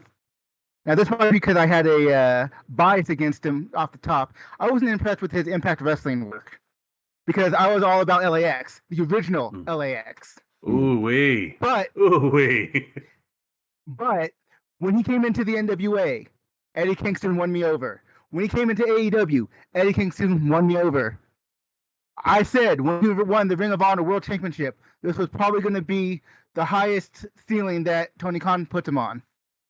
Fortunately, I was wrong. I think this is when you look at Eddie Kingston's story, this is what makes the Triple Crown something here in the American eyes. Because you have to look at Eddie Kingston's story as a person and as a wrestler, you go, okay, this shit means something. They told a good story overall. They made us feel one way about the whole Continental Classic tournament. They swerved us a little bit, but they did the right thing, and they put the championships on the right person. So, I mean, if I didn't like Eddie Kingston before, I like him just that much more now. The only thing I can add to that in hope is that they give us a little more history of a Triple Crown. Like, they give us some names and what a Triple Crown means, as Eddie Kingston is the Triple Crown champion, and that they let him really shine and bring prestige to that ideal of being a Triple Crown winner. Now, hopefully, I guess you let him win it until next year, and then maybe then you change it up. But I think Eddie Kingston needs a long run in this position, and I hope that they bring a little more to the American people what a Triple Crown winner, because your average fan does not understand Triple Crown as they're trying to tell it with 3 titles, making them a triple. What that prestigious is and why that means so much and why they sold it so much. I think it was sold out there, it was put out there, but I don't think Tony Khan ever gave a background to Triple Crown. I think you could have made a video package with names, and he's got a working relationship with New Japan. Why couldn't he just borrowed some video footage and been like, hey, I need to tell the story about the Triple Crown? And New Japan has an investment in this since the Strong Openweight Championship is around Eddie Kingston and is now a part of this Triple Crown thing.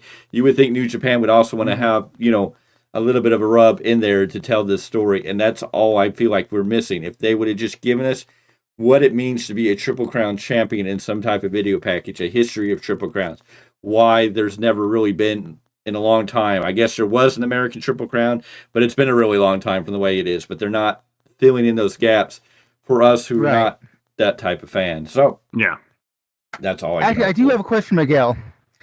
Does New Japan have any history with the Triple Crown, or is it mainly All Japan? All Japan and Noah, not so much New Japan. Well, then that may not happen because All Japan Pro Wrestling and Noah is fixed with WWE, and I don't think they're going to jump that ship. But I mean, I think Tony Khan could still give you a history somehow. Oh sure. What it is. Do your work, Tony. Go online. I mean, there is lots of books out there. Hell, even call one of them podcasters you're close to. I know one of them's got all the research you need. Okay, well this. One of them works on. I'm quite sure Will Washington knows something. Oh yes. Or at least knows how to point him in the right direction. So this person who wrote these notes is a little overly excited. I think they blew a load. They go, oh, snap, FTR versus House of Black is happening next week on Collision. What a start to the new year for Collision. That is a sexy addition to next week's show. Okay. Oh, my. I love FTR. I think they are the best tag team in professional wrestling right now. I love what the House of Black represents and what it could be, but Tony Khan never really does enough to really go with it. It's like they start a story and then they die a story. Right. We get a story, they die a story. Julia Hart feels the most important piece of House of Black right now. Like, she is outshining Malachi, Buddy Murphy, and Brody King. And the only reason Brody King kind of has a shine right now is because he came out of that Continental Classic and was on the show tonight.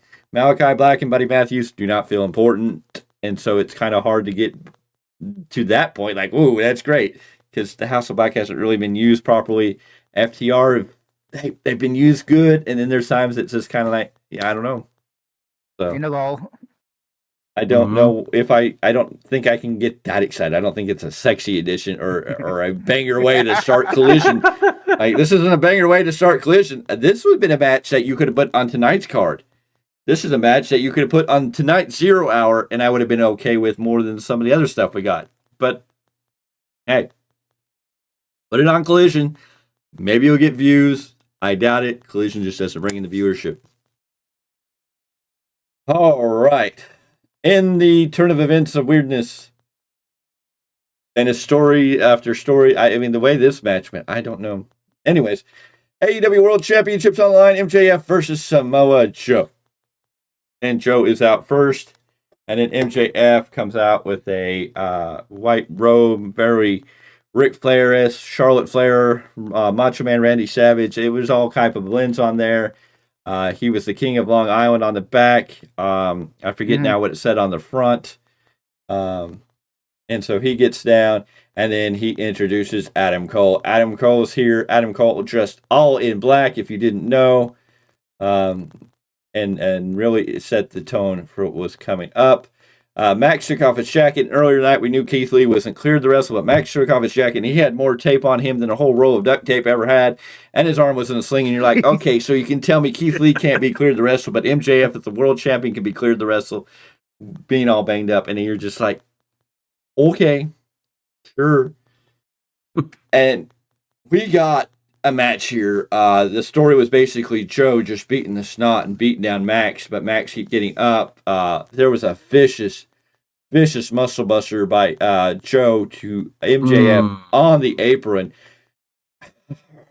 I get MJF is Superboy right now. He's taking over Cena's spot and being Super Cena. But I don't know how you kick out of a muscle buster on the apron like that onto his shoulder. It's already damaged because he dropped him right on that shoulder on the apron. He eventually kicks out. And we get to a point, and Max keeps coming back, firing back constantly. We get another. There's this apron one. He's punching. Max is trying to get his arm out. Max tries to hit a heat seeker, but it doesn't go through. Then he's into the. He's got his. Joe's got his arm. MJF basically makes it to the ropes. Eventually, MJF. Max tries to hit the solid earth, but Joe gets a choke. MJF shoves Joe into the corner. Inadvertently, or overtly, depending on who you listen to, because some of the commentators said, "Oh, that was an accident." Some that said, "No, that looked intentional," like he was knowing. Anyways, MJF pushes Joe into the corner and into Bryce Rensburg, knocking out Bryce Rensburg. Max came up looking with a big old smile. Low blows Joe, picks up Joe on his shoulders, and hits a F5 on Samoa Joe. Not the first F5 Joe's ever taken. Probably not the best F5 Joe's ever taken, because Joe went F5 in with Brock Lesnar. But the great thing was the commentary team would not call it an F5. They didn't call it anything. They just said, "Oh, he hit him with that move. That move was beautiful." It was hilarious because they would call it.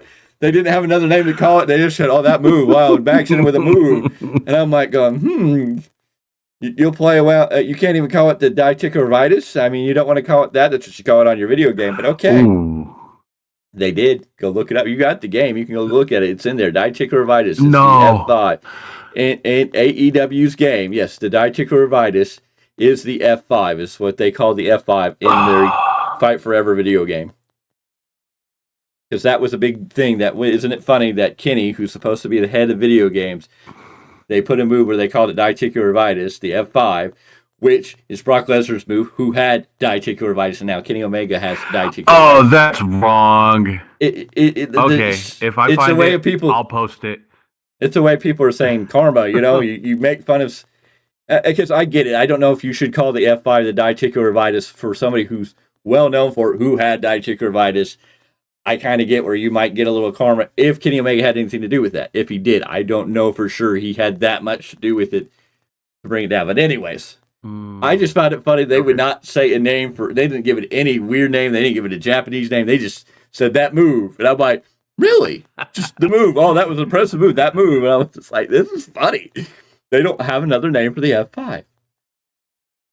Anyways, Joe kicks out at one, or both men are down. The referee serves. Max makes the cover, but Joe kicks out beautifully at the 1, 2, 3. MJF goes over to Adam Cole for the ring. Adam Cole shows the first signs that something may be funky like a monkey, as the one Dustin Rhodes would say, baby. As he reaches for each of his pockets to find the diamond ring, and eventually finds the diamond ring and pulls it out, but before he can, he gets hit. MJF tries to hit the Owen Hart pinning combo, but Joe transitions to a rude naked choke again on the mat. The referee lifts the arm for 3 times, and on the 3rd time, MJF's arm lands kind of on Joe's leg, but the referee calls the bell. The weird ending that I don't know if that's the way it was supposed to happen. Even the ref seemed kind of like he hesitated to even call the match. The arm fell for the 3rd time. It landed on Joe's leg, and the bell was rang. He calls for the bell, and Joe was the new champion. Joe briefly kind of celebrated with the title, and then he left the ring kind of laughing and giggling. This ending was lackluster. When you have Samoa Joe in there with his vicious, this was the coquina clutch, for it to kind of be an iffy finish, and I guess, you can use that in the future storyline. Well, my arm didn't really fall. I don't know. I don't like when they do some of this stuff where Max would have been fine. If Max's arm would have fallen and they were going to give the title to Joe and Joe choked out Max and Max passed out, it would have not hurt Max just to lose that way. Max could have still came back if he's going to come back and got his rematch against Joe because he owned it. Doing this weird little, was his arm really all the way down, or it's like, it ruined it. It took what was a really good match between MJF, Samoa Joe, and all the things that went into it, and kind of just made you go, oh. And you could hear it in the crowd when it ended, and everybody was like, oh. It was just like, you could see it on the ref's face. He was like, yeah, ring the bell, and it just, I don't even know if the bell ringer even knew what was going on. It just ended so flat, and everybody was just disappointed. You heard it in the crowd. They kind of flat, and Joe, because there was, MJF was a hometown boy. Long Island. He was home. He was in the Nassau Coliseum. Joe got F.U. Joe. F.U. Joe chants for going across the arena. Joe was getting the heel heat that he needed to get. MJF was the salt of the earth. He did his beautiful video package. Except for the one female who gave too much history about what her and MJF did for 5 hours in the backseat of her mom's car. And you're just like, you want to go on national TV and say stuff like that and not think people are going to find you and go, oh, you're the girl that said... And I don't even think she really did it. I think they were just somebody that got paid to say that. But I'm still like, I don't know if I would want to be... I don't know if I would want to be a woman that got paid to say, I did these things with somebody, because people are going to come back and say, oh, da-da-da-da-da. You're just going to get bad labels. Anywho. Samoa Joe is your new AEW World Champion. Not really surprised. I figured this is probably what was going to happen. MJF has had a long run.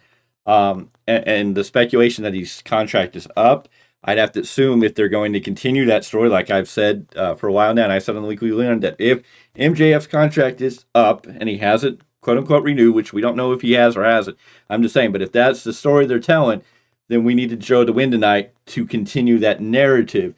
Because yes, you could still have MJF with the title and leave the company as the champion, but yeah. But well, CM Punk is still the real world champion of AEW, isn't he? He never lost that belt. But anyways, it's a whole different story.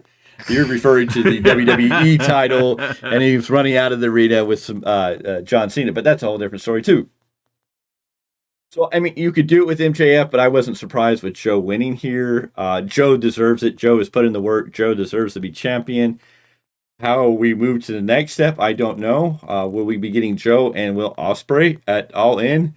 That'd be a hell of a banger of a match. But we'll have to see where we go from here, because things got really interesting. But anyways, let's focus on this match right here, right now. MJF, Samoa Joe, the match. Mr. Z, your thoughts?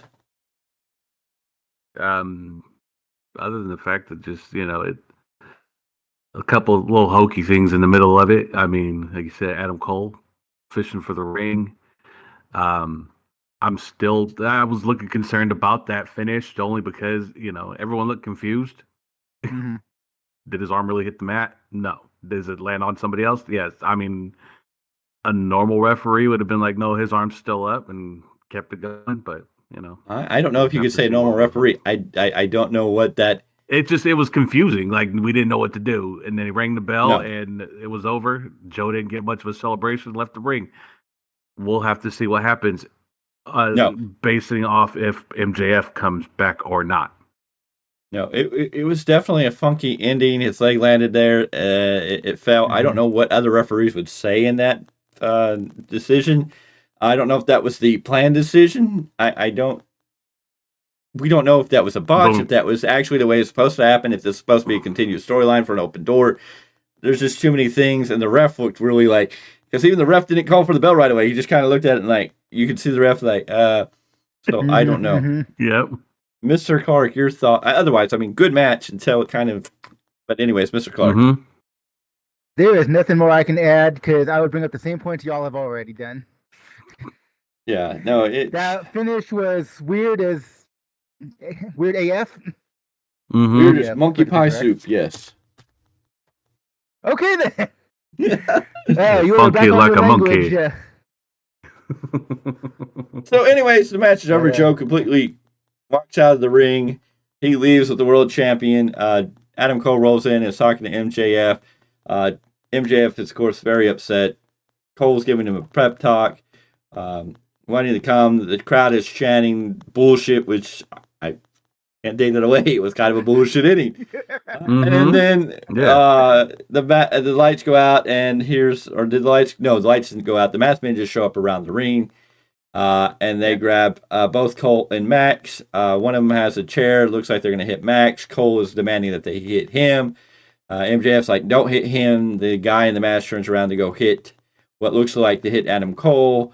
And before he does anything, the lights go out, and the lights are out for way too long. It took him a long time to set this up. I guess somebody with a bad foot couldn't necessarily get into position, so it took a little longer. Anyways, when we came back up, all four of the masked men were standing behind Adam Cole, and Adam Cole was sitting in his chair. And the Max is looking on as the men unmask, and we find out that the men Roderick Strong, the Kingdom of Matt Taven and Mike Bennett. I knew Bennett. I just couldn't think of his fake name. And then the odd one, because he threw us all off by saying he was on vacation in London and he's not a part of the group. Yes, Wardlow. So everybody was reporting Wardlow was the big man under the mask, which I could see at times that it might have been Wardlow, but I wasn't. It didn't seem to necessarily fit because I thought Wardlow was kind of on his own. But hey, we'll have to see how this plays out. So now we know, and of course, Adam Cole pulls out the devil mask, shows it to MJF before they all start beating down, and then Max gets hit by Wardlow in a powerbomb symphony. Cole tosses the mask on the fallen Max, poses with his henchman behind him, and the pay-per-view closes off. And you're kind of like, okay, this didn't necessarily even make sense either. At least we got it, and we're done with it. We know who's who. Adam Cole seemed like the safe bet in this story, so that's not shocking. You knew that it was probably be the Kingdom with Roderick Strong. Wardlow was probably one of the people who knew Wardlow weren't surprised. People who weren't really sure were kind of like, oh, okay, Wardlow. How Wardlow fits and all that, hopefully we'll get to find out. But again, this was weird because the Devil didn't have any, other than Adam Cole botching the ring thing, the Devil really didn't have anything to do with the outcome of the match. So they didn't really cost, you can't say directly, the Devil cost MJF the title. And then jumping Max after the thing, you're kind of like, now I got to understand why Adam Cole did this to MJF at all, because now Adam Cole is, it's not MJ, he's not going after MJF because MJF has the title. He's just taking down MJF. So now we've got to understand kind of why Adam Cole did this all, because now you kind of look at it and go, okay, well, MJF's not the champion, so you didn't turn on him to get the championship. So yeah, I don't know. This didn't go.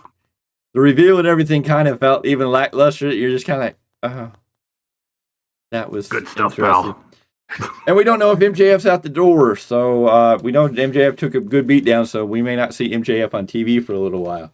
If MJF is not playing anything on TV, why they do this storyline of, he's not under contract. We got to see. Who the what is it? The bidding war of 2024. The what? Mm-hmm. The bidding war of 2024. Yeah, the bidding war of 2024. So if that plays out, I guess that's it, because MJF's contract is supposedly up January 1st, as far as I know. Happy New Year. So with that, I mean, I don't feel like, I felt we took a long time to get to this point. Then when we got the reveal, it was kind of expected, but it was also lackluster in the reveal. Like, they didn't really, they didn't interfere the match. They didn't screw him out of the title. They just attacked him at the end and then it was me, Max, Adam Cole. I'm the Devil. And so we turned Adam Cole heel. We turned MJF babyface. Adam Cole's not necessarily bad at being a heel, but MJF is a babyface. It's kind of like, I don't know. Yeah, I don't know if this is good, bad, or otherwise. I guess the Kingdom is officially back together with the addition of Wardlow. So, Mr. Clarke, your thoughts on how this Devil reveal played out? Did it hit the points for you? Did it make you go, hey? Or did it make you go, yeah, Tony, you're quit? I really don't know what to say about it, because I'm still now waiting for the explanation, which, is like the reveal itself, like, okay. But they really have now big pressure on the explanation to make it, was it worth our time or not? Because like you said, since it wasn't for the title, Joe has that now. So what was the point of this story if it wasn't for the title, which was what we were initially thinking this was going to be all about? Yeah. And who is working for who? Is Joe working for the Devil, or is the Devil working for Joe? But again, even the Devil didn't help Joe get the title, so that's what's even more confusing. Right.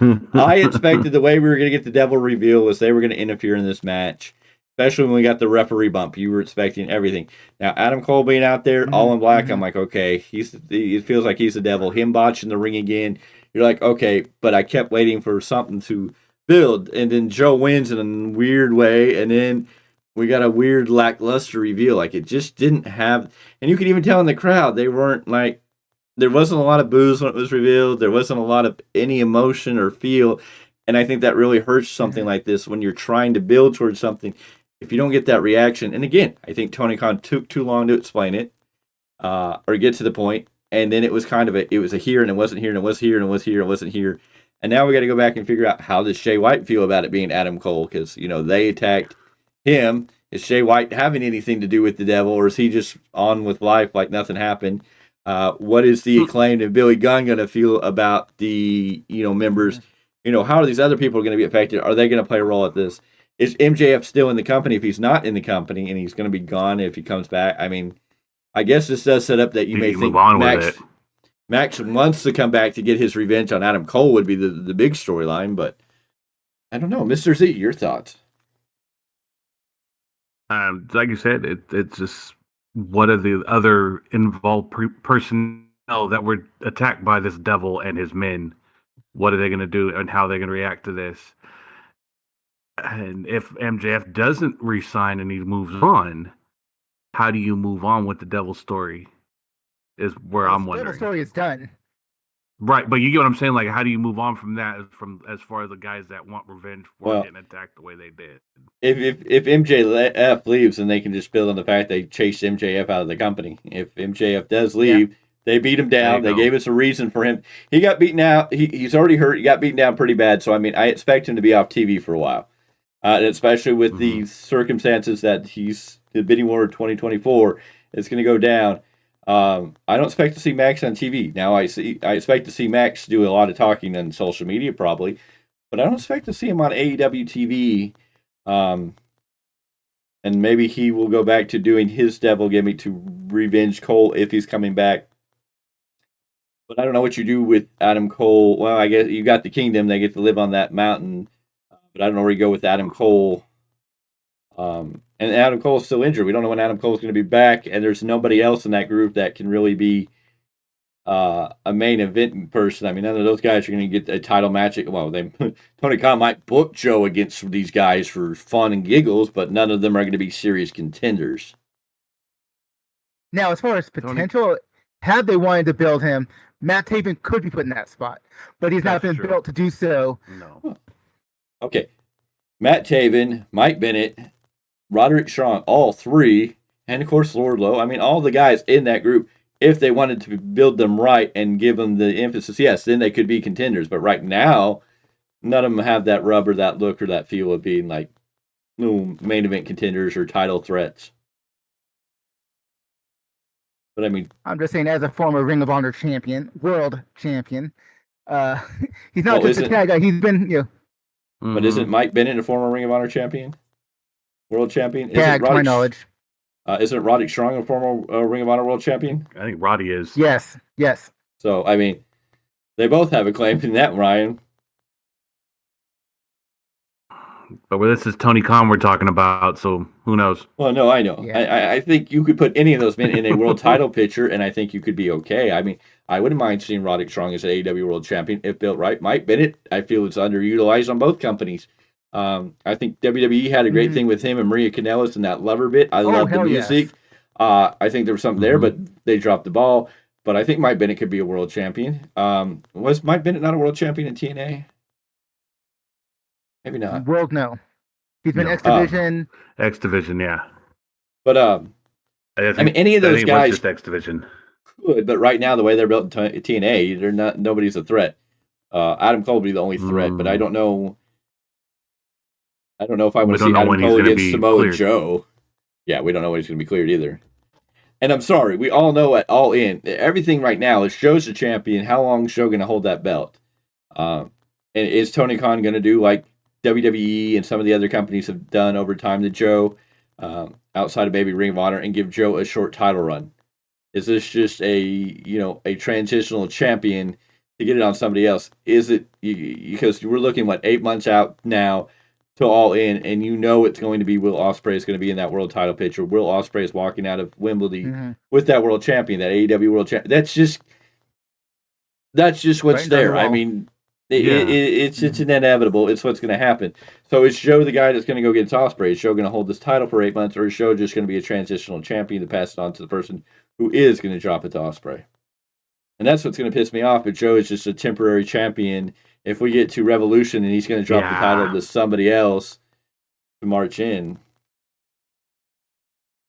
And how much longer can Swerve sit on the background and not be fighting for a world championship or wearing the world championship? That's true. Because we got to get to Will Ospreay, which is in 8 months now. You just changed the title. How many times can you change that title? And I don't see Will Ospreay having a short title run. No. So I'm looking at it going, okay, how much longer can you keep? Twice. But I wouldn't even change it that much. You'd want to change it it'd be double or nothing. It would be right before Wembley, wouldn't it? Yeah, double or nothing in May. I guess that would be a decent run for Joe. But then again, you're going to have, 3 months there for that champion. So that makes somebody else a transitional champion. If you gave that title to Swerve and then had him lose it to Ospreay, yes, it would be a big name to lose the title to, but it would still just it'd be lackluster for Swerve. And so if Swerve doesn't win the title then or now, and Will Ospreay will win it in August, and he's not going to lose it by the end of the year. So you're looking at Swerve being and not being a world champion for another year, possibly. You've already built him to be in that conversation. And if he goes for the world title and loses, I don't know. While I do want to see Swerve with the world title, they could postpone him by giving him another singles championship for a while. Yeah. At least give him something to do. Give him one that matters. Well, the thing is, does he make the title or does the title make him? Well, he's already made, so he can make the title. Whichever. I guess it depends on what they want to do. The TNT is kind of they just Christian made it really great, but then they screwed it up. Yeah, tonight. they did what they did tonight. So yeah, letting Adam Copeland win it and then drop it back to Christian on a messed up way. You're just kind of okay. Now Christian's the champion again. Point there.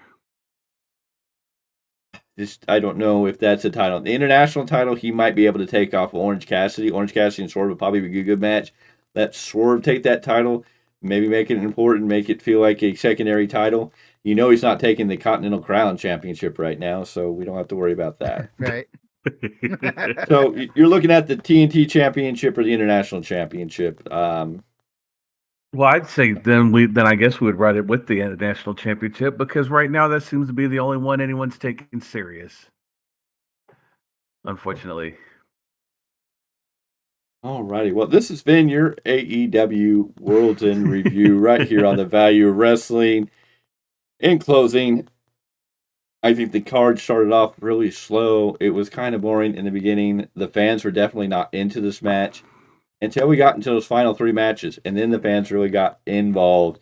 Yes, there was some chants along the way in different things. We didn't get a lot of "this is awesome" chants tonight, but once things kicked up with the Christian Cage, Adam Copeland match, then the fans felt that we found out there was a pulse there, and they stayed alive for the next 3 matches.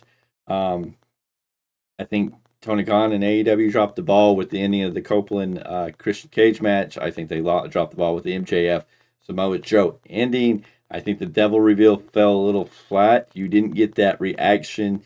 You didn't suck the air out of the arena. You didn't do that big thing that would have made everybody like, I think, you got everybody going, okay, well, now we want to understand why. So people might tune in to find out why. But once we know why, is there any real intent to continue paying attention to the Kingdom? Yes, I know the statement can be, well, if they're built right, you're going to watch. Yes, true. But once we find out why, is there anything else left there to bite on? And hopefully Tony Khan gives us something to bite on. I don't know. Mr. Z, your wrap up, your final statement. I think I said it best on our poll. It was good. Wasn't great, but it was good. They could have done a couple of things different. Like you said, they screwed up that ending with Adam Copeland and Christian. They could have done something different. Other than that, it was about as good as you're going to get right now. Mr. Clarke, your synopsis, your final thoughts. I think if you're going to enjoy this card, look at this pay-per-view event, you have to enjoy subtleties. Not, nothing, no card's ever perfect anyways, but if you were expecting great creative, if you were expecting WWE epicness, it failed, obviously. Mm-hmm. But if you enjoy in-ring work, if you enjoy little things that just are entertaining to you, then I think you'll love this pay-per-view event.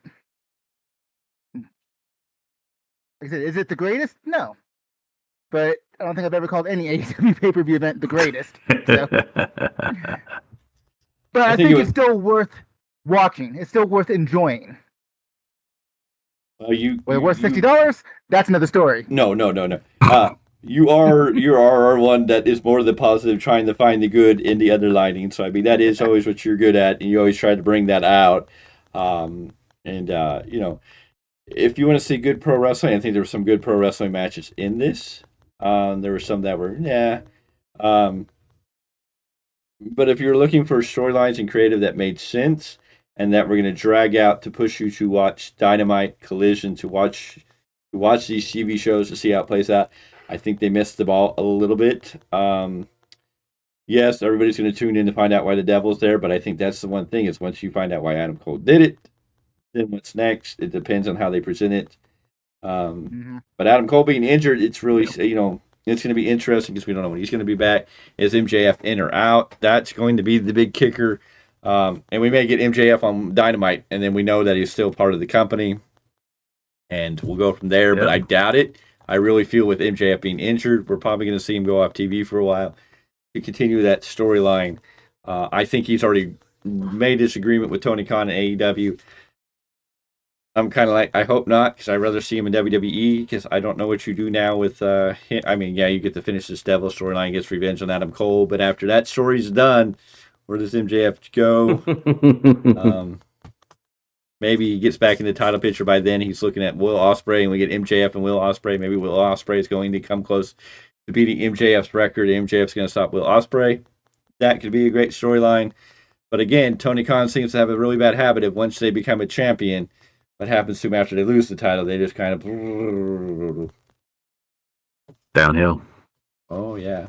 And, of course, we're waiting for the Young Bucks to come back, but with news and rumors speculating around the Young Bucks not being happy with an AEW and regretting, I guess, signing back with AEW, that they're not happy. I don't know if this is true. I don't know if this is maybe them building into their return storyline where they're going to be talking about killing the business and, the Super Dick Party. But we will have to wait and see. I forgot about that. Been reported. Yes. Oh, I know. I forgot about that. That is the factual reporting. It says that they've trademarked to kill the business and Super Dick Party, which is But also, it's being reported that they're not happy with an AEW, and maybe a little more to why Matt Jackson's wife Dana Massey has walked out. Not only because the merchandise was bad, but more, who knows? There's a lot going on in AEW, and again, we have our we can be critical of AEW. We can be critical of Tony Khan only because I think Tony Khan can do better. He did do better, and we want Tony Khan to do better. We want AEW to be successful. We want these people to be here. We want people to be able to go places and be excited about it. We love wrestling when there's two companies to watch and seeing them compete against each other and seeing how they're going to one up one another. That's what gets us to tune in and gets us excited. And what's going to happen next? How is this going to play out? Who's going to up the ante? What is it going to force this company to do? And we want AEW to exist, and we want these people to all be successful. We want these wrestlers to get paid good. But we will see. Anyways, this is Value Wrestling. This is your World's End review for December 30th, 2023. We will be back tomorrow at 12 p.m. Pacific Standard Time with your weekly, slash that out, your yearly roundup, where we're going to cover everything for this year and what we expect next year. We'll also go over some of the, we'll do a memorandum. We will read off some of the names, we'll read all the names that we can find that have passed away this year and remember them in a brief moment. We're going to talk about predictions for next year. We're going to talk about, we're all going to say who our favorites, who was our favorite, or who we thought was the best male superstar, the best female superstar of the year, who was the best tag teams of the year across all companies. We're not going to do each company. It's just going to be overall, so it could be from any company. I think we're all going to pick what was our favorite match or the best match of the year from whatever. and what was the best moment of wrestling. We will come up with different topics. We may discuss a little bit of the news that's out there, but mostly this is going to be a best of show and what we see coming in the future. So please be here at 12 p.m. Pacific Standard Time tomorrow afternoon. Sorry. That's a dog. That's and not I mine. totally lost train of thoughts because the dog barked in a weird way that I'm like, huh? Anyways, ladies and gentlemen, we thank you for being here. We thank you for joining us. We appreciate you taking your time out of your day. If you're watching this live, thank you. If you're watching this later, make sure you hit the like button. Hopefully we can get the likes up and grow this. Share this video out with all your friends, family, and people that you know that love the world of professional wrestling. We need to grow. We're sitting at 179. That is awesome. We got up to 179. Ooh. We got 1 day left. Can we get 21 more subscribers before the end of the year? It's a long shot, but hey, we're going to shoot for it. So go ahead and hit that subscribe button. If you haven't joined the Value Wrestling family, become part of the team, become part of what's going to help us grow and be taking seriously to be part of the wrestling podcast world, because we are going to take this over by storm, and we are driven to be the best. We are going to be number one, and we are going to get there next year. We're going to break 1,000. We are going to do whatever it takes to get there. But until tomorrow, 12 p.m. Pacific Standard Time with the yearly roundup right here on the Value Wrestling. Be here, be square, and we'll see you on the next one.